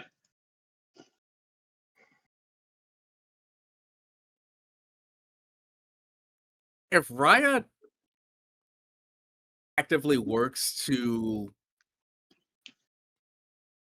repress the memory that his shadow was separate to him, would that also repress the feeling that he's feeling right now? Do you want to try that? Absolutely. It's like everything is going in the box, just like all the other traumatic shit that's ever happened to him. You do repress that, and yes, that feeling that the shadows kind of feeling on you at this point in time fades, and that sound fades into the back of your mind to the point that it becomes almost imperceptible. God. I'm just like Finn with his box. Just Helm What's now in the box? turns. Good. better. Go. Helm now turns to Allegan. Your compatriots have made cases for your character, and insofar I am partially convinced, at least, that you would have no intent to bring inherent harm to the world, but there has been pointed out that you are an individual who is headstrong and steadfast in your belief of that what you are doing is the appropriate action. So, and again here, what is your case then that the allowed continuation of resurrection of a terrace, as well as also the continued allowed fostering of this fledgling being be allowed to continue?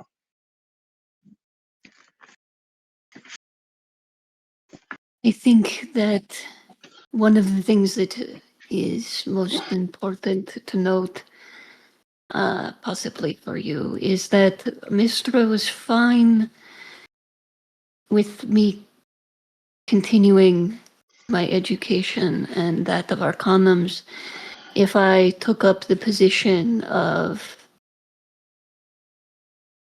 her chosen. Mistra is one that is less concerned with the protection of mortal races and the stability of the realms than I would appreciate, but I can also understand as to her particular eccentricities. And that is But one this of the also reasons I said no and invoked your name, because I don't trust her in this.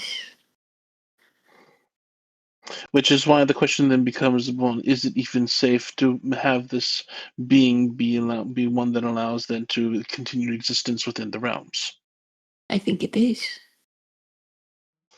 I think as threatening as she may find it in its fledgling form, I mean, all magic is of a sort of chaotic nature and is glued together again by itself. It is cyclical in that way. So what I think, I don't know if there's anything I can say that would 100% convince you that it is safe. I think it is. I think I have a level of control over myself. I have taught many students, and in some ways I treat this as I do them. Have all of my students ended up as good individuals? No. I know that now. But I have done my best with the power that I have to lead them correctly. So when it comes to Arcanum, my friends are much more confident than I in that. I will not lie and say that I am not worried. Even now, as I have saved Eteris, I worry. I think that is inherent in human nature, to question yourself, to wonder if you are doing the right thing. But I also think that there is good in that. To never be 100% sure. To never know that the road that you walk on is the exact right one, that there might not be a better way. But that is also why I have created many friends in my journeys. I think before I was much more a fool than I am now. When I initially created this, I could have done better. I could have been safer with it. I could have limited in ways that would make it safer that I cannot now.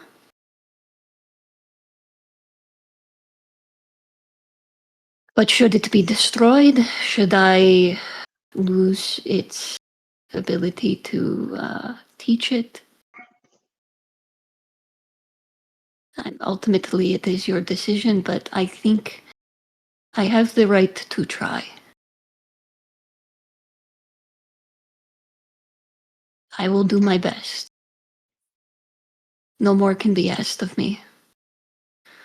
And if it becomes at that point in time no longer in a contest as to whether or not the continued existence of this being becomes more and more of a danger to those around it and to the realms itself, would you find yourself able and responsible enough in order to end it and remove it from your person and ensure its destruction?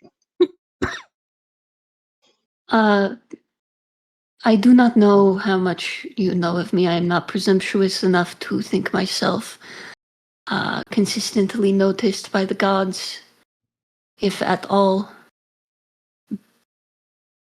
But Ateris knows as the executor of my wishes in the event of my death.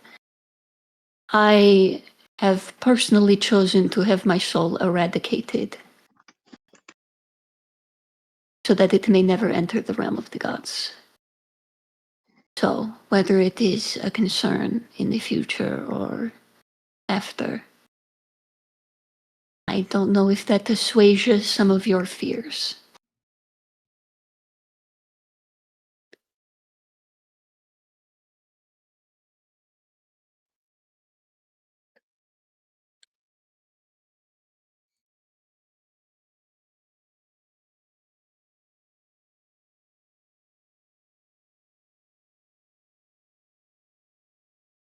We'll take some time to consider all the.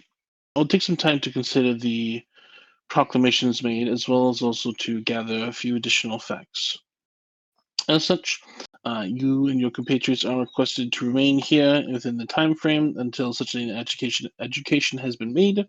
Mistra, you are required to return to your realm, and as such, you will then be placed under house arrest while you're within your realm until such time as the education is resolved.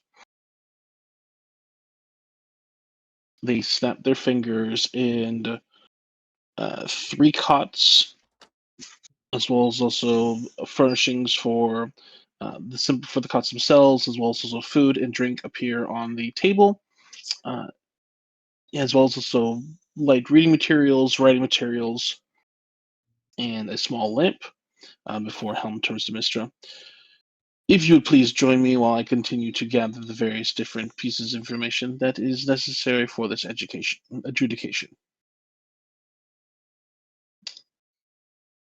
They give each of you a short nod before there's a snap of their fingers and them and Mistra disappear. Oh. Oh. Let's not think that Oh. they still can't hear and see us and everything else, because they're definitely watching. I think we're past that part right now. Sure, I'm just saying, in case you want to say anything, just top of your head that might be inappropriate.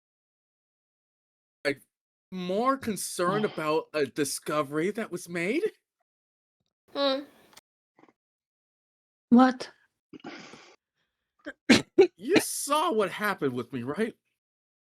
Oh, your shadow, yes.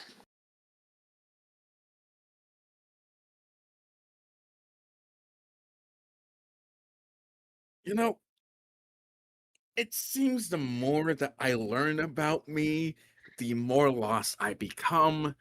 And at this point, it's starting to get frustrating.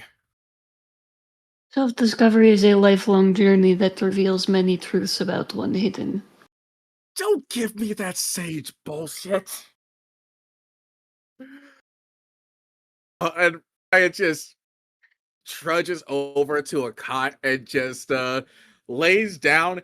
And now that the gods are gone, he kind of just grabs the pillow and just screams. I was about to let you know that you could finally do that. Also, apologies for the sage, Shiza. It is kind of like motions to the current room. Felt appropriate. Yeah. Did they even give us a bathroom? Food and I don't water, think but we did they need- forget mortals need to use the loo? There is no bathroom. This is I the don't worst. think I don't think that's gonna be a problem here. I'm not gonna shit myself. Think you can?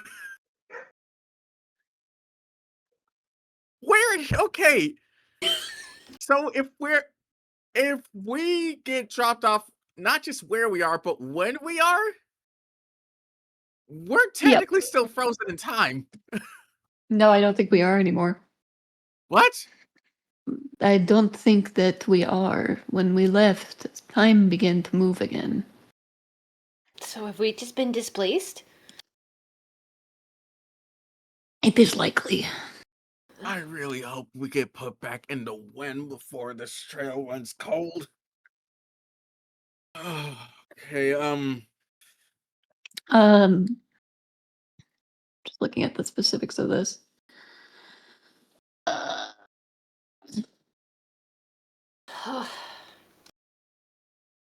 Is Atera still in her like catatonic state with that Correct. glow on her? It's like- Okay. I think Connie's gonna go over and just hang out with her for a little bit. Can I drag the like cots together? I'm gonna cast Tiny Hut for us. Oh, and you Yep, do it easy around enough. Terrace? Yeah, of course I am. That's adorable. That's my It's the wife. wife. That's my wife. you know,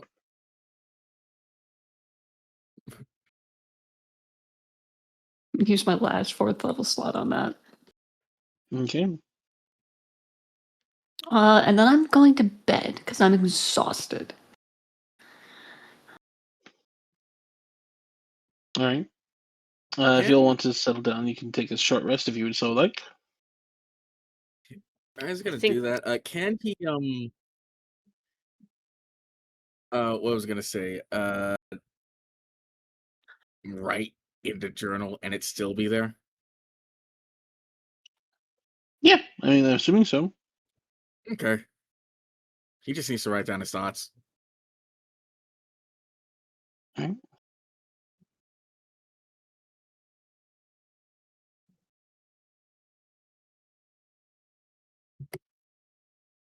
Time passes. But luckily not too long. About 2 hours pass before there's another crack of fingers. And Helm returns, Mistra in tow. I am ready to deliver my adjudication, or my verdict for this adjudication.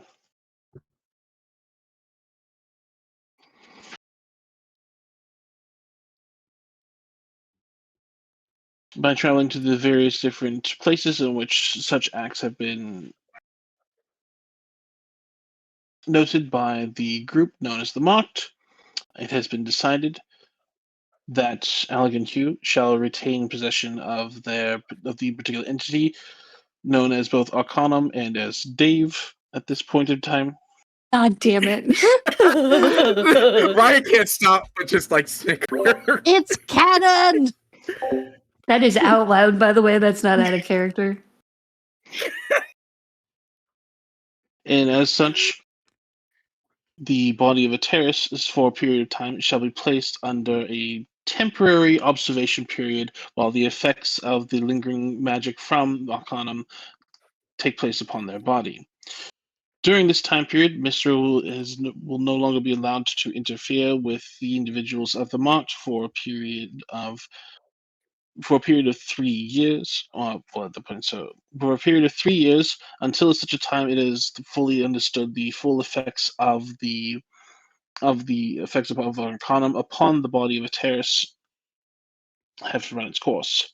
If during this temporary time period that it is shown that a terrace continues to grow outside of her particular bounds and continues to become a danger to those in around them and to the realms itself, Mistra is allowed to disapparate and eliminate the form of a terrace and remove Arcanum from Allegan.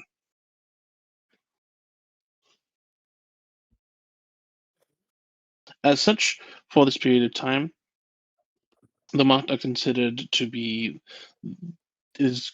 the verdict falls in favor of the mocked, and the appropriate restrictions shall be applied. He turns, and Mystery you can see is just like seething at this point. And Helm turns towards all of you. If it becomes apparent that a terrace, particularly under the guidance, a terrace or Arcanum under the gaze of Dr. Allegan Hugh, no longer work towards the benefit of the realms as a whole, and or fall under the grip of an individual that does not have the best interests of the realms in mind, it shall be considered a forfeiture to the education of Mistra, and as such, the previously mentioned effects shall fall into place. Is this clear? Understood.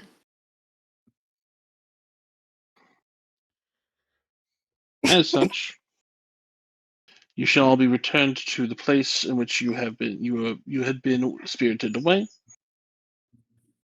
But if you would so wish, the time frame shall be also placed at this point in time if you wish to rest here first. Do you wish to take an opportunity here to rest for a period of time, or do you wish to be returned immediately? Has time passed since we have left? A few hours. I think I shall. We need to return. I need to return, especially. Yeah.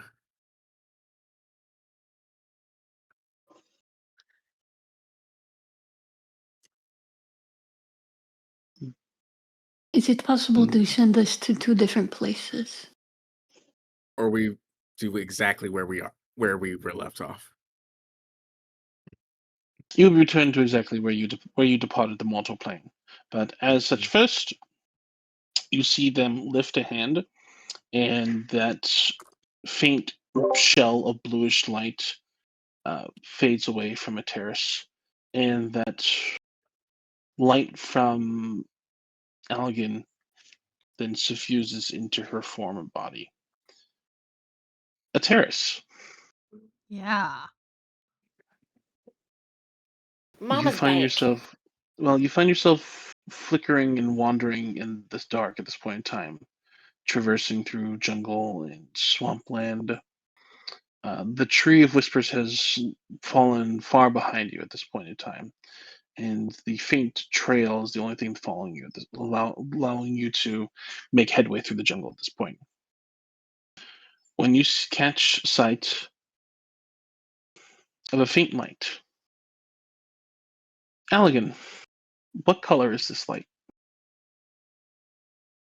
Is this reflective of his magic? It's the reflective of his magic or Arcanum's magic, or some mixture of both. Your choice. I think it's some mixture of both at this point. Allegan and Arcanum are not that separate anymore. And so it would still be that like prismatic kind of like Aurora Borealis, but with more colors.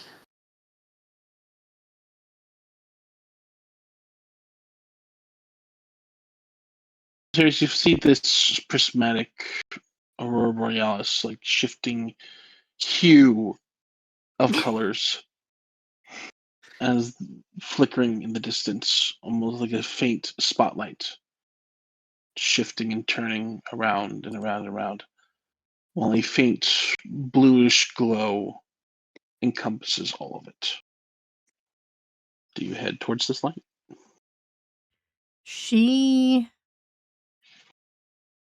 I think she instinctively recognizes the magic from Allegan and Arcanum. but there's still that little bit of a sneer as she sees the blue and recognizes that for what it is.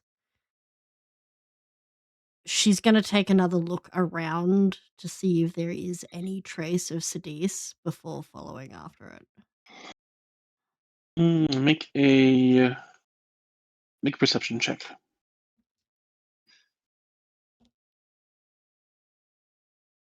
That is going to be...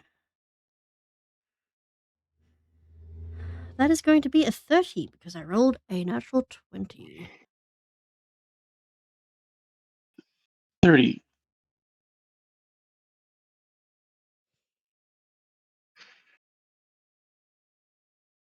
Looking around, there is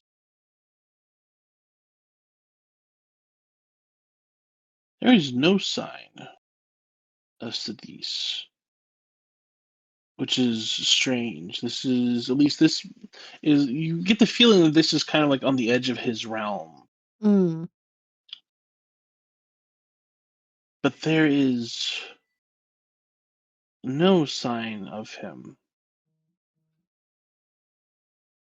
But that doesn't leave you without the feeling that you are being watched. That you are being observed. By who or by what? It could be the Tree of Whispers. It could be from the light itself reaching out.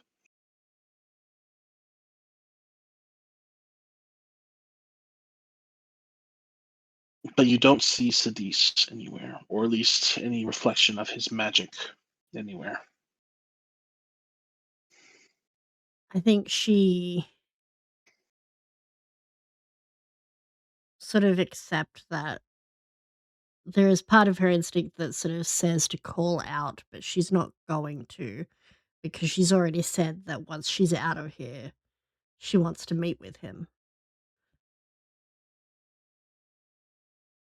And then she is going to begrudgingly accept the light that is aided with Helm. Only because it's Allegan.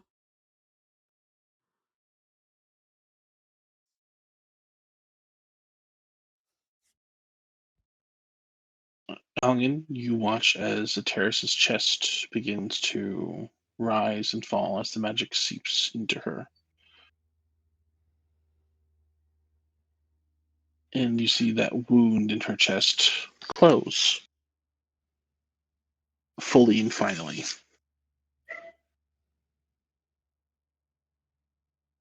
How does the terrace come to wakefulness? Violently. I think her instinct is to automatically move into that martial maneuver of swapping places with Allegan as she grasps for the closest blade she can find and holds it towards Helm. I think you are Okay. probably incredibly wobbly when that happens. So that is. Oh yeah, she's How incredibly graceful is this? she is incredibly unstable, but she is determined to not, show the weakness. This is someone on their on the edge of death, having just been brought back, still being defiant to their last breath. Muscle memory. It's just I need every you to go fiber. ahead and make a Constitution saving throw, please. -4. Yeah. Because currently you have a -4 to all attack rolls, saving throws, and ability checks. Oh, Yep. Oh, how does that feel? It's so good. That's going to be a 14. 14. You were able to hold back and not vomit from the resurrection. Good, because if you vomited, I guarantee you Constance was going to puke. Oh god, if he is sympathetic Oh. puker, that makes sense actually. But Helm gives you a very, like, as you kind of like stand up, Helm gives a very like, kind of almost impassive look upon you, Terrace, before giving you a very slight nod, that of that female paladin, before she turns to Mistra and say, "You are free from your duties at this point in time, and you are free to return to your realm." Mistra spits in Helm's face and vanishes. Oh, that's messy. I'm sure she is incredibly enjoyable at holiday parties. I'm pretty sure shooting fireworks with magic, so more than likely, yeah. She had a fair claim to her particular viewpoint, but as such, it was not her particular place in order to make the call as to what was to occur after the events of what has happened. You see them take a Um, small handkerchief out from a side pouch and slightly wipe away their face. I think Allegan kind of said that absently, is he is not taking his eyes off of Terrace.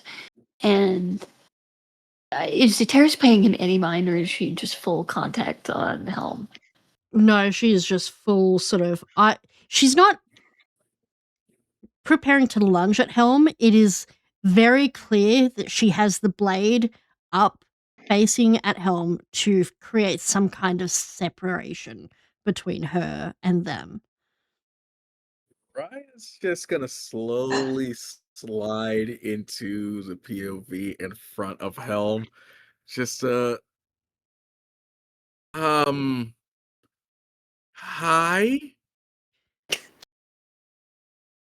Trying to Terrace, Hello, awkwardly Ryan. move Just her. Holding.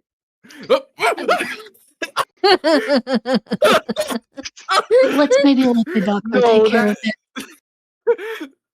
That makes Ryan breaks. He actually does just end up laughing. It's more out of stress than anything, but yeah. Hey, Oh, Return me. Terrace, can you look at me? Return us. They were just about to, but if you'll just give me a moment, can you look at me? Once they are gone. I do not need the vigilant one here. Begone, Watcher. we're They are here on my behalf. And I will discuss that with you in a moment. I know. But can you just look at me? I think she doesn't, but she wraps her tail around your leg. There is that shaking unease of her arm as she holds the blade out, specifically the blade she got from Sidis.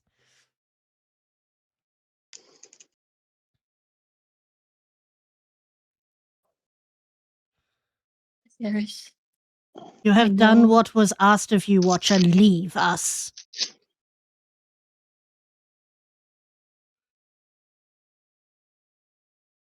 Please. I know this is a lot.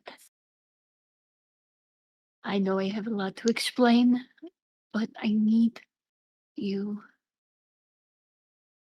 Just take a moment. Please. And he'll put his hand on like the side of her face, turned away from him, to see if he can like shift her head. He's not really pulling hard, but he is insistent.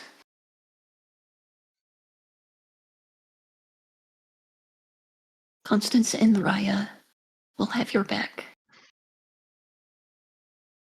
I need to make sure that you are okay. Harris, he watched you die. Please look at your husband.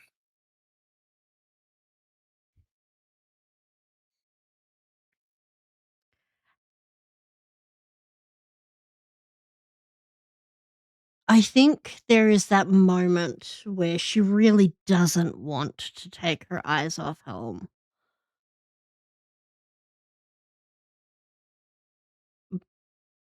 But she does. There's that slight sneer, that toothy fanged sneer for a moment before she looks at Allegan.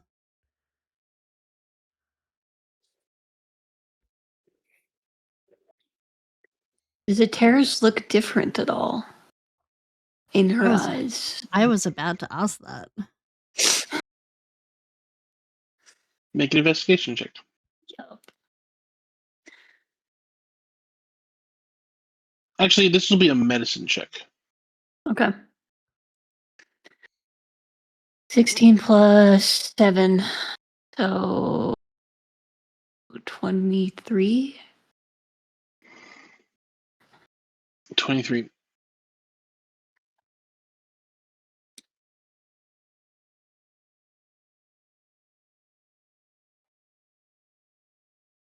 The first, like, a terrace looks, at least at the point in time, looks normal.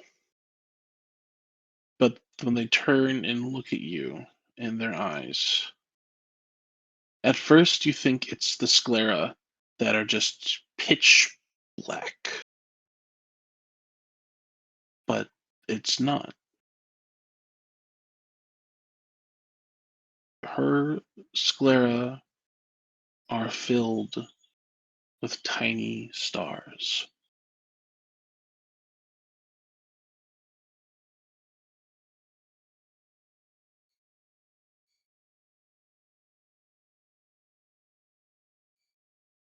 But she seems like she's still her for the most part. For the moment, you haven't looked you haven't taken clothes off the body, checked everything at Yeah. that point in time and things like that. But for the most part, she looks like herself.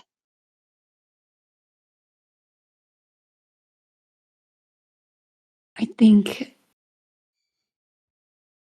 there has been a weight that has been sitting on Allegan, and it hasn't gotten heavier throughout the trial, but it was encompassing and so carefully concealed as he tried to be there for Constance and make sure that Raya was okay, because Antares is kind of the glue for them, for him in particular, but for their group as well. And that coil just kind of untightens, and that weight sloughs away, and he just smiles like an absolute idiot at her.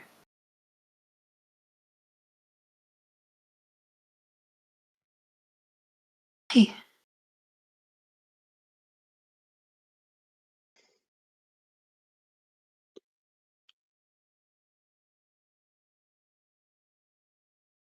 We need to leave here. I do not I- belong in this place. No, we don't. We would like to leave. There's still... Yes, Per the request of the initial individual who asked for my assistance, your request is granted. And you'll find, with a snap of their fingers, you'll find yourselves, now several hours later into the evening, find yourselves onto the docks. what does that look All like together? around us? Wait, all together or where we were picked up? All together. Yeah, man. Okay. And altogether, you were a couple blocks away, right? But now you are with them. It's on the docks, but that's still, you're not exactly where you were. You're maybe 2 blocks over from where you were. Further along the docks. It is now close to midnight at this point, so the docks themselves are pretty empty. But you can definitely see that there are a couple other bars that are definitely open, and there's much drinking and things like that going on. There's a couple people wandering about, and there's that warm, muggy haze that has kind of come in from the lake of steam at this point in time, along with that ever so wonderful smell of kind of like sea and coast and sulfur. Is there still remaining blood from where I had been dying before we got taken away? You were a couple blocks away, so you don't know. It's possible you could theoretically go and try and find it. No, she's not going to. I think once we are back, she takes a few steps away and lowers that blade and just kind of stares at the sky.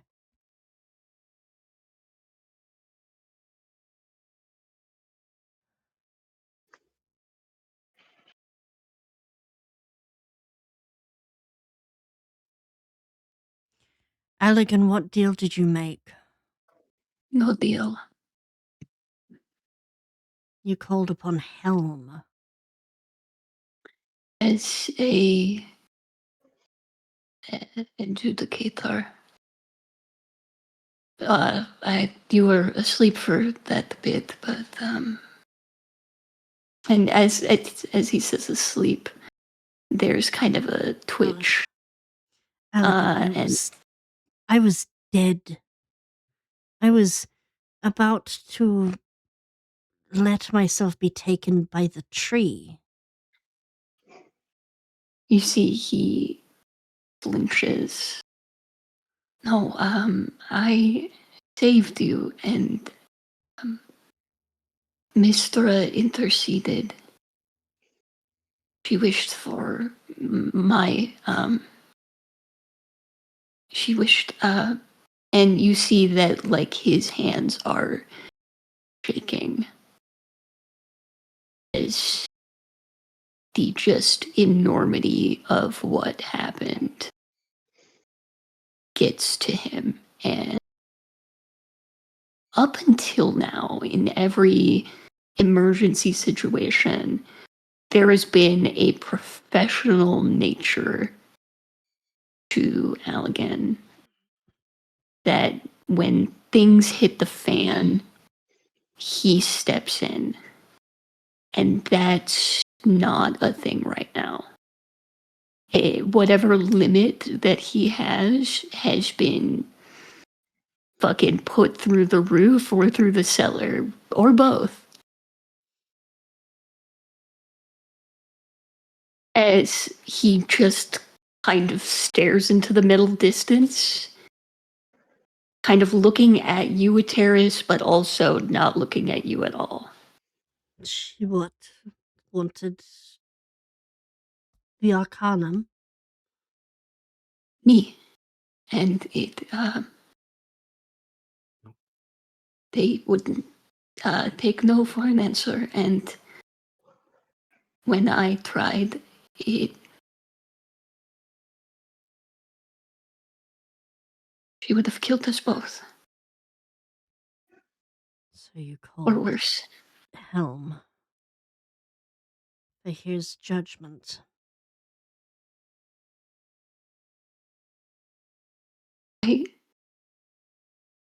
I didn't know what to do.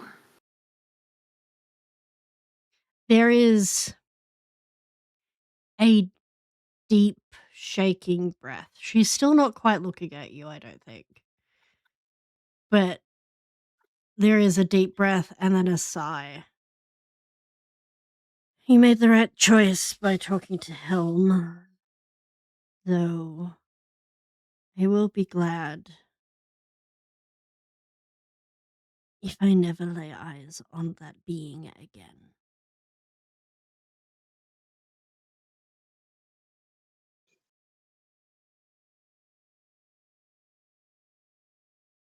I think I'd like to go back to the hotel now.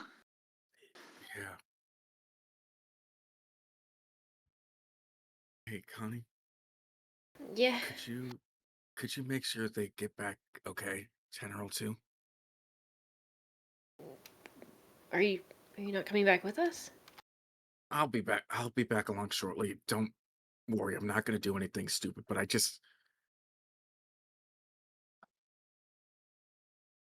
you're the only other you're the one person I trust right now who can make sure they get back safely. And I gotta chase something before it gets cold. I'm not gonna do anything risky.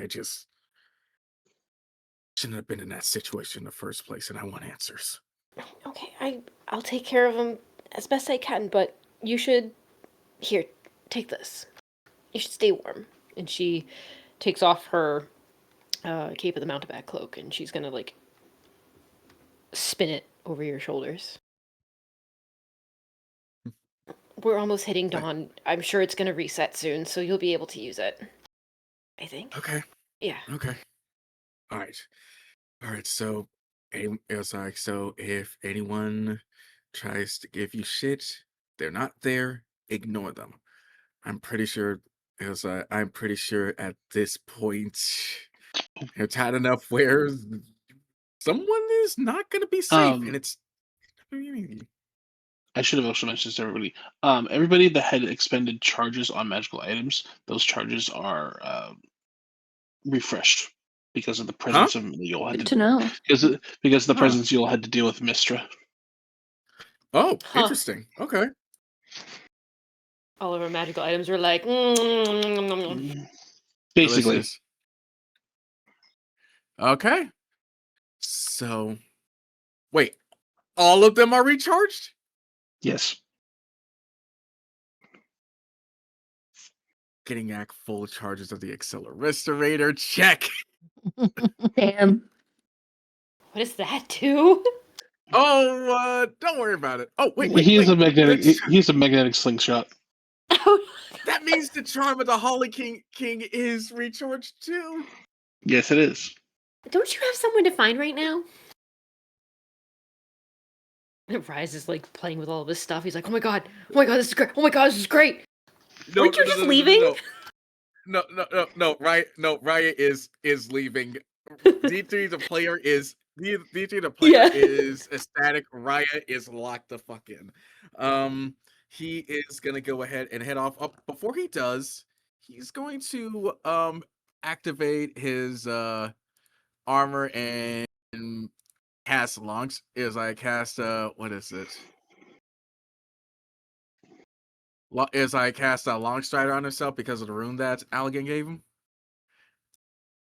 And he is going to sneak off and go after a one-eyed cat. Okay. Do I need to roll stealth? No, you have a high enough passive stealth that it's for the moment you're fine. Okay. We'll get to you in a second. Alright, you two lovebirds. I think it's late. We all got our asses handed to us in more ways than one. And we need sleep and food. Terrace I said I had to babysit you. Terrace will nod.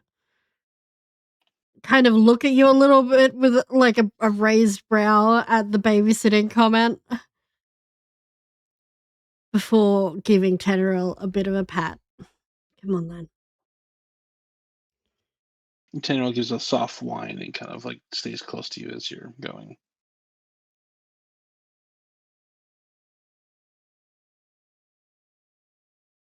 I think as she walks past Allegan, she's going to slip her hand into his.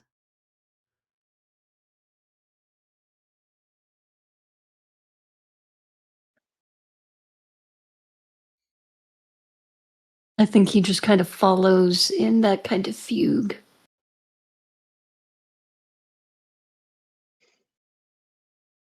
All right. The three of you begin then heading on back towards the towers at twilight. It's a little bit of a walk, but definitely not an impossible one.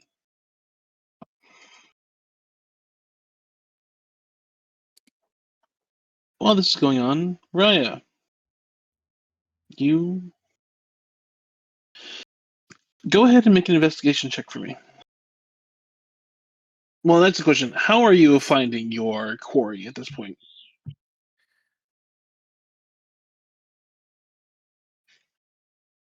Not by he's not going to do it by looking at clues, looking at people.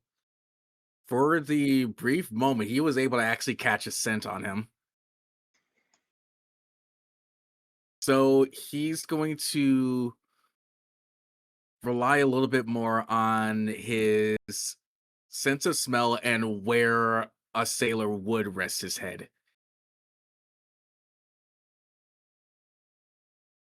Okay, go ahead and make me a straight perception check, because there's a lot of smells around here. There's a lot of conflicting scents. So where you would typically have advantage, it would be disadvantage, just a straight roll at this point in time. You're good. Can I use a boon?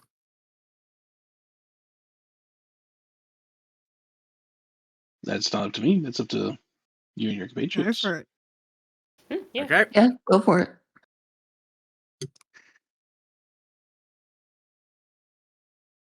All right. So that is gonna be. Where are you?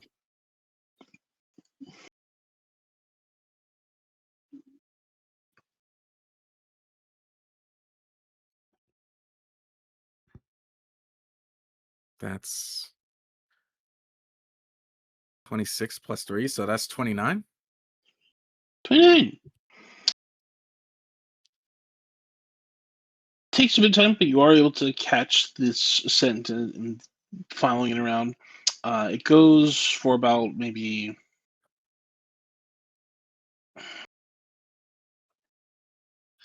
almost like a quarter mile or so away, and you find yourself wending through a couple different back alleys before eventually you find coming yourself down the very base bottom floor, almost down a set of steps to a small door that for you is basically almost too short for you to kind of get into. Probably it's maybe like 5 feet tall. You definitely have to duck to get in. But it's a wooden door. There looks to be like there's a. It is latched on the opposite side at this point in time. There are no lights on inside the building. The room itself looks like it's underneath the level of the street, but it is currently closed and locked as best you can tell. No lights.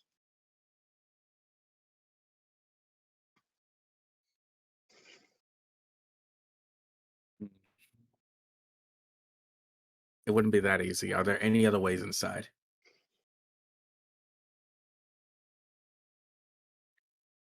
What you can tell with the 29 perception check from earlier, as you're kind of like looking around the outside of this, like the base of this building, there's no obvious ways in, but then you catch a number of different sewer grates.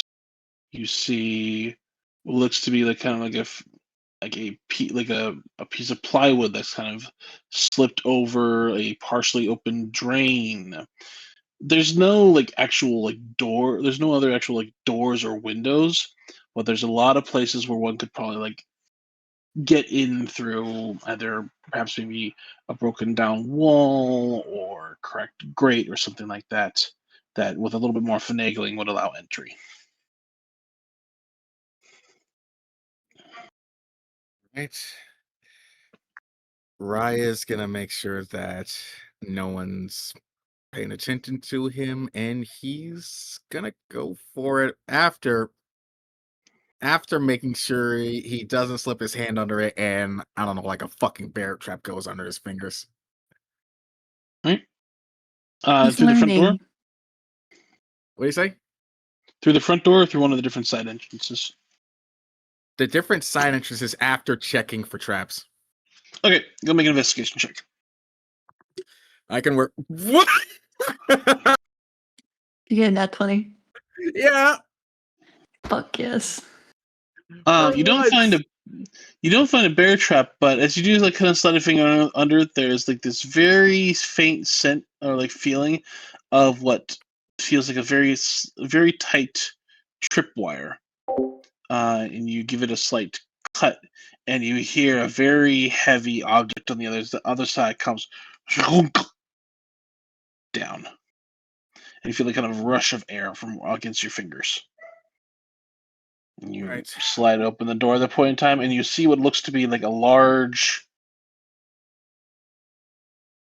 I guess the only way you could describe it would be like a bladed helmet, of a diving helmet, where like the edges of it have been sharpened, and it was like just this heavy thing that when it falls, it's probably like weighs close to maybe 90 pounds. If it had fallen, you could either have crushed your skull or gouged a hefty chunk out of your arm.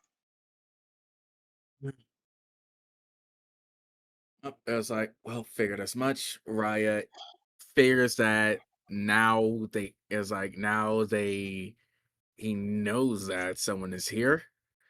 So he's going to close the door behind him, and he is going to be wary. Do I still have to roll stealth? I need you to roll stealth, yes. Okay. RX, guide me.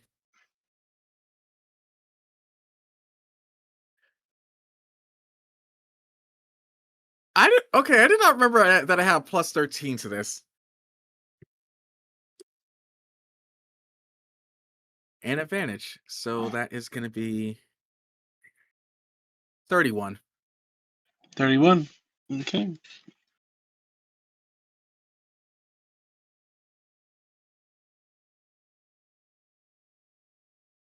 Okay.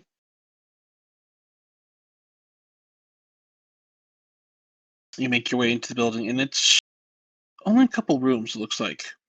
You see the kitchen area, and you see kind of a lounge area that has like a couch on it that's worn and dilapidated. It's probably like slept on for most nights. There's empty beer bottles everywhere. There's the smell of like old stale cigarettes and cigarette smoke and bits of chunks of fur in most places. What looks to be like a storage container for food or like ice boxes been left partially open in a jar, and it has like this vague leakage of water, but there's no food on the interior. This is a person who has basically lived in squalor for most of their life. But looking around, you just see the two rooms. You can see other various other enjoys into this space. What's your passive perception? My passive perception is a 19. Okay. We move quietly through the room.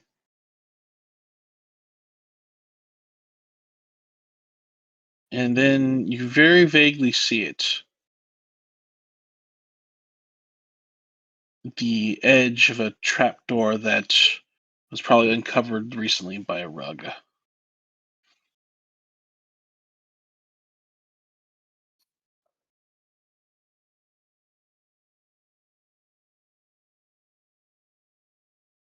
Ryan is still very silent as he approaches it Mm-hmm. and crouches down.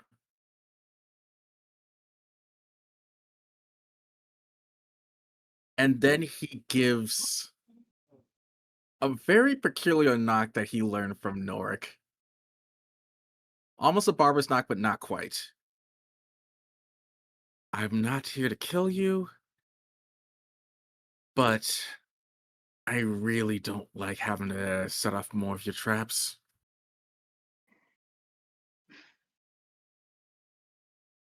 Make a persuasion check.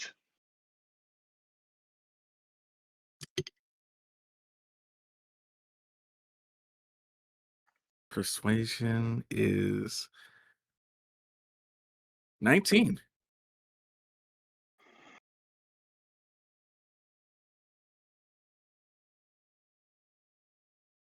You hear what sounds like as the easing of a crossbow string. Before a very quiet response calls back from underneath the floor that says, "You should have just stayed away, kid. Should have known better." Sorry about that. I seem to have something that's called a minor case of serious brain damage. Now, and Raya goes to open the trapdoor.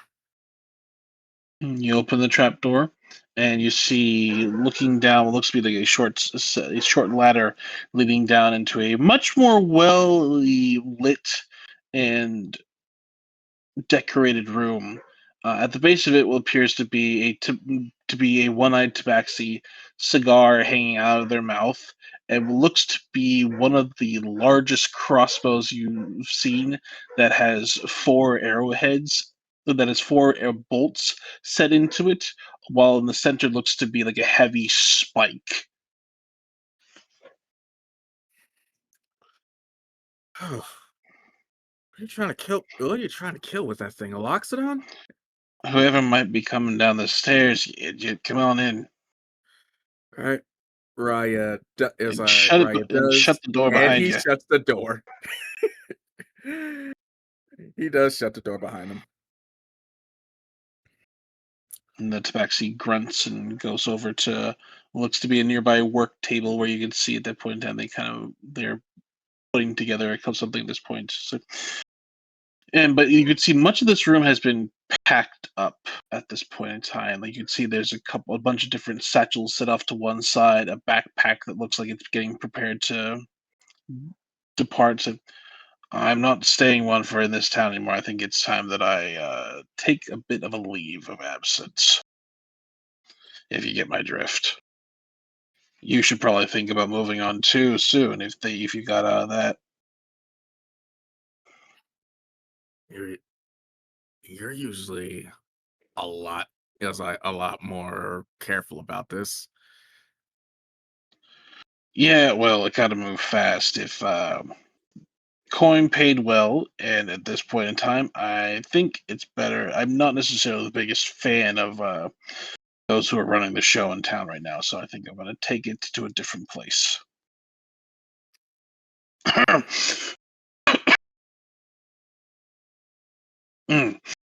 me. You know those things kill you. Gotta die of something. So, what do you want, Rab? You want answers, I presume, more than anything else? I don't know what I can give you in terms of that. A good start is what they had on you. Coin, debts owed, lots of it. It's easy enough to rack up a fair hefty gambling tab over there, and well, when you're told that they'll wipe the debt clean and throw in an extra couple thousand gold at that, well, it's awfully tempting at that point. Seeing as you had no protection, because usually you'll at least be able to sell that off with some sort of information or the other. Well, I think they are more hoping the fact that I was going to be offed by you or one of your friends during the fighting.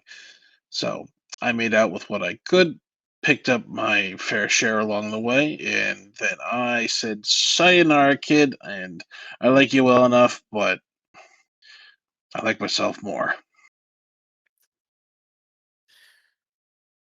To be fair, it wouldn't take much to lay you out of your ass, but what? How did they get Nork?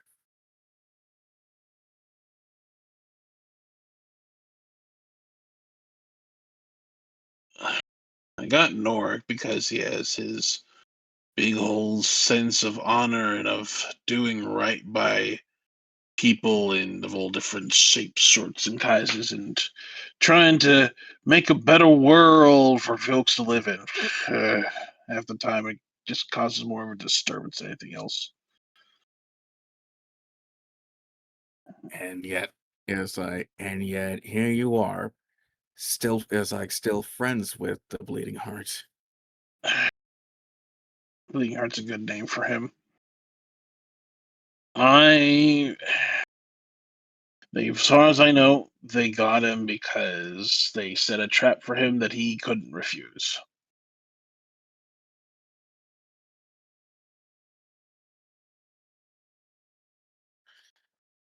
It's like, were they just after Nork and me?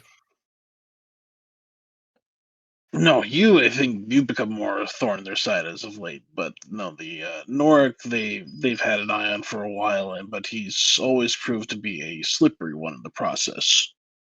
So so the best way for them to capture him was to basically give him something that he couldn't just run away with. He had to escort them out.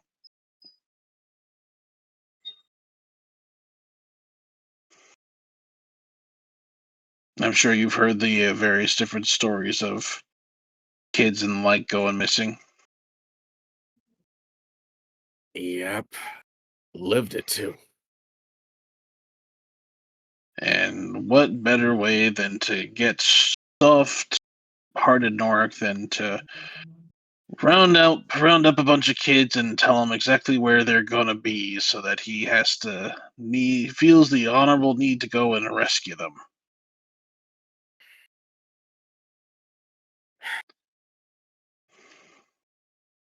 And in the process, also wipe out a competitor to one of their significant operations. It was a win-win for him. Stupid. Stupid. He's a good man. Much better than I'll ever be. You didn't shoot me on sight regardless, so you're better than you think you are. No, I'm a fucking coward is what I am, which is why I'm leaving. It's like even still cowards have their own way to fight. So what else do you have on them?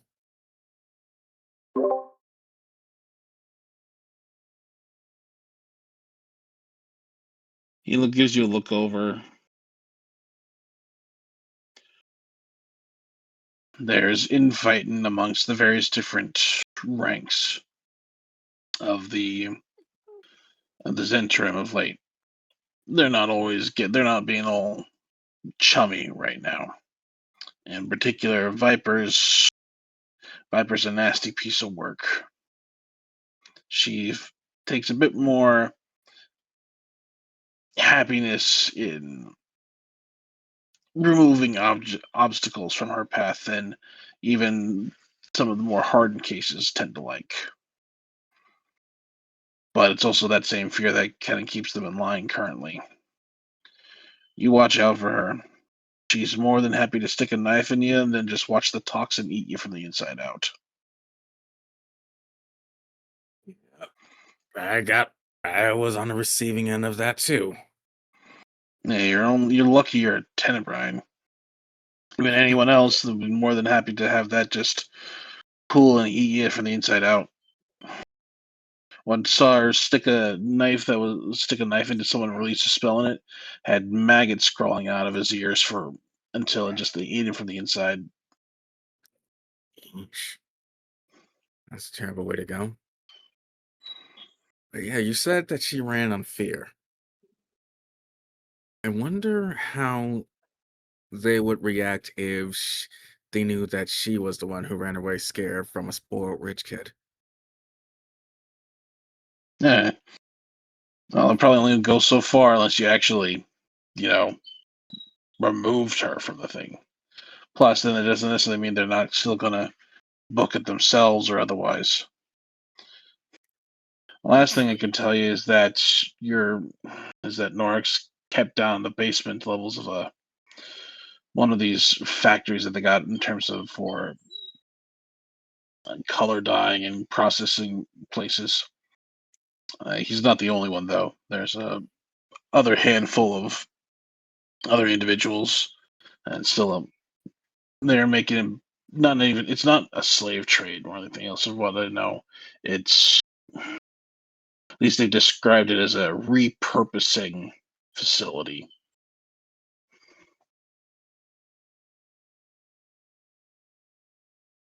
What that means, I don't know, and I don't want to know. So I don't know nothing about it.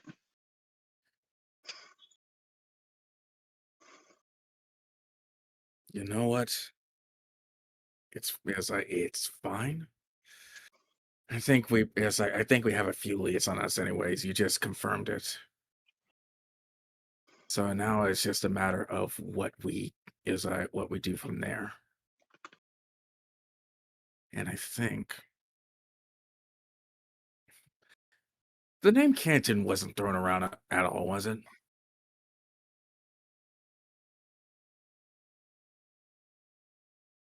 Puck pokes his head up, saying,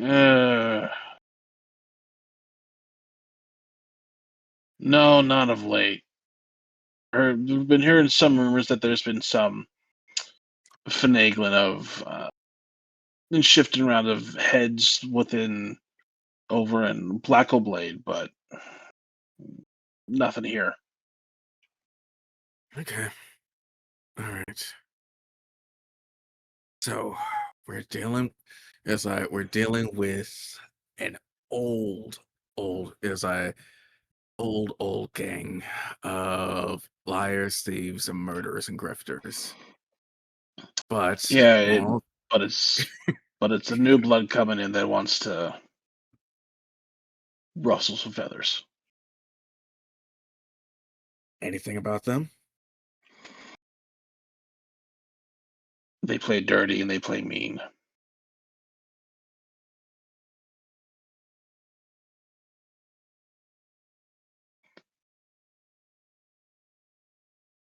You didn't have The to old tell me. one, Oh, the old go ones ahead, go are ahead. likely to the old ones. You're likely to. The old ones are in it for money, fame, be part of the cool kids club. The new ones,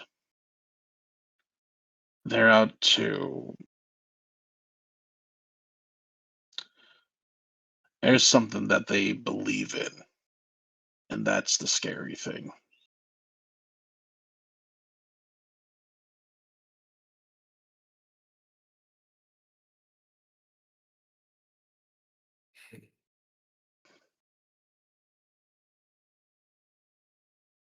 You see him slot something into another device, and with a sharp click, and he lets out a heavy sigh.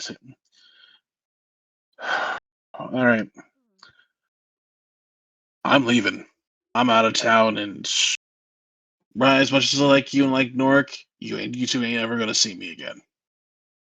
Maybe in a couple years, but for now, I'm out of town. It was like, you say I'll never see you again, but I have this bad luck running into people. Hopefully, it'll just be for some cards and a drink. And maybe you don't have to cheat to try to beat me this time. Well, we'll see. He gets up and kind of slings on his packing beans, gathering up some duffels, and he walks over to you and sets a fairly large cylindrical device into your hand that has a soft, looks to be a plunger on top. Press down on that, throw it. You'll get maybe about 10 seconds. I would be well clear of the blast area.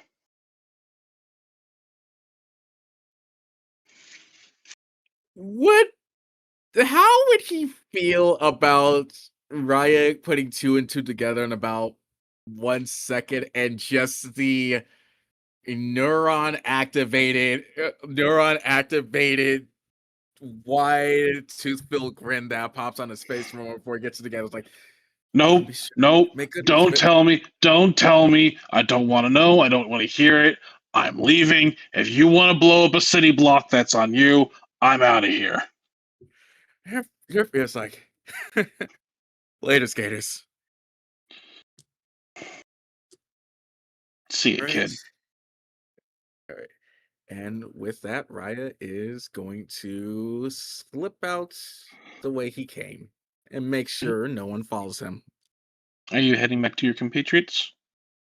Yep. All right.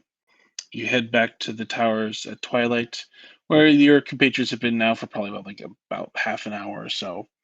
Which is there anything else that anybody wishes to do this evening before you all kind of drift off to sleep?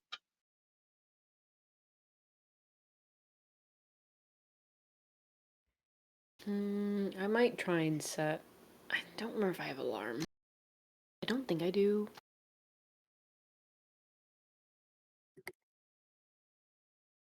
No, but in the context of like Raya I have told alarm. Constance, nice. Constance is just gonna make a makeshift one full of stuff stacked up with string and like weird things, so it'll fall over.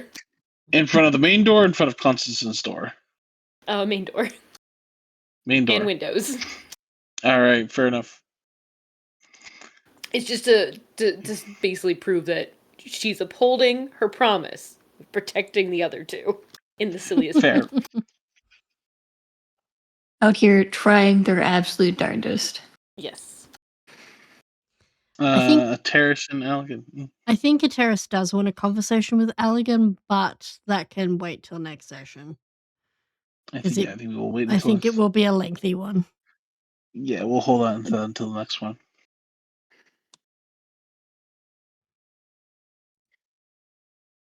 I think we'll all revel And- in just the comfort of knowing that Ateris is back. All right. As you all drift off to sleep, you are briefly awakened by a sudden door opening and a clang, blong, blong, bing, pong, pong. A sound of clattering pots and pans and objects as Raya comes through the door and sets off Constance's alarm. Y'all not getting sleep because of me.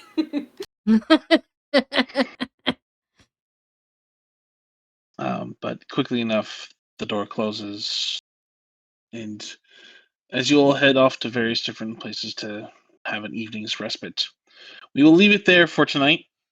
Thank you all, everybody, for joining us on this session of And We Went Out Roving. Definitely some couple. I was very curious of whether or not you're going to ask for Helm to intercede Minch, because this could have gone very interesting ways. But yeah, thank you everybody for joining us tonight. We hope you all have a lovely rest of your evening, and until next time, have some fun. We'll see you all. All right, The possum has gang. received another bomb.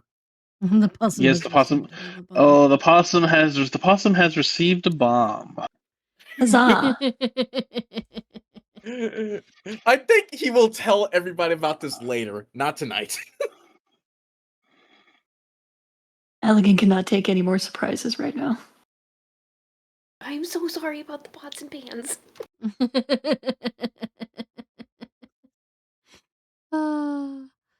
Alrighty, gang. We are going to head off for now. I hope you all have a wonderful day or night wherever you are in the world. Let's raid over to.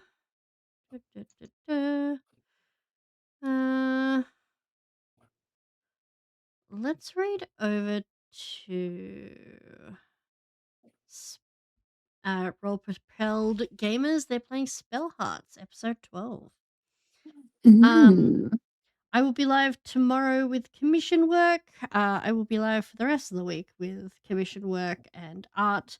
As well, on Friday, we will be doing some personal art, and Friday night, we will be doing Monster of the Week as we finally return. So, I hope you all have a wonderful day or night wherever you are in the world. Stay safe, do something that makes you happy, and tell someone you love them today, and we will see you guys next time. Bye-bye!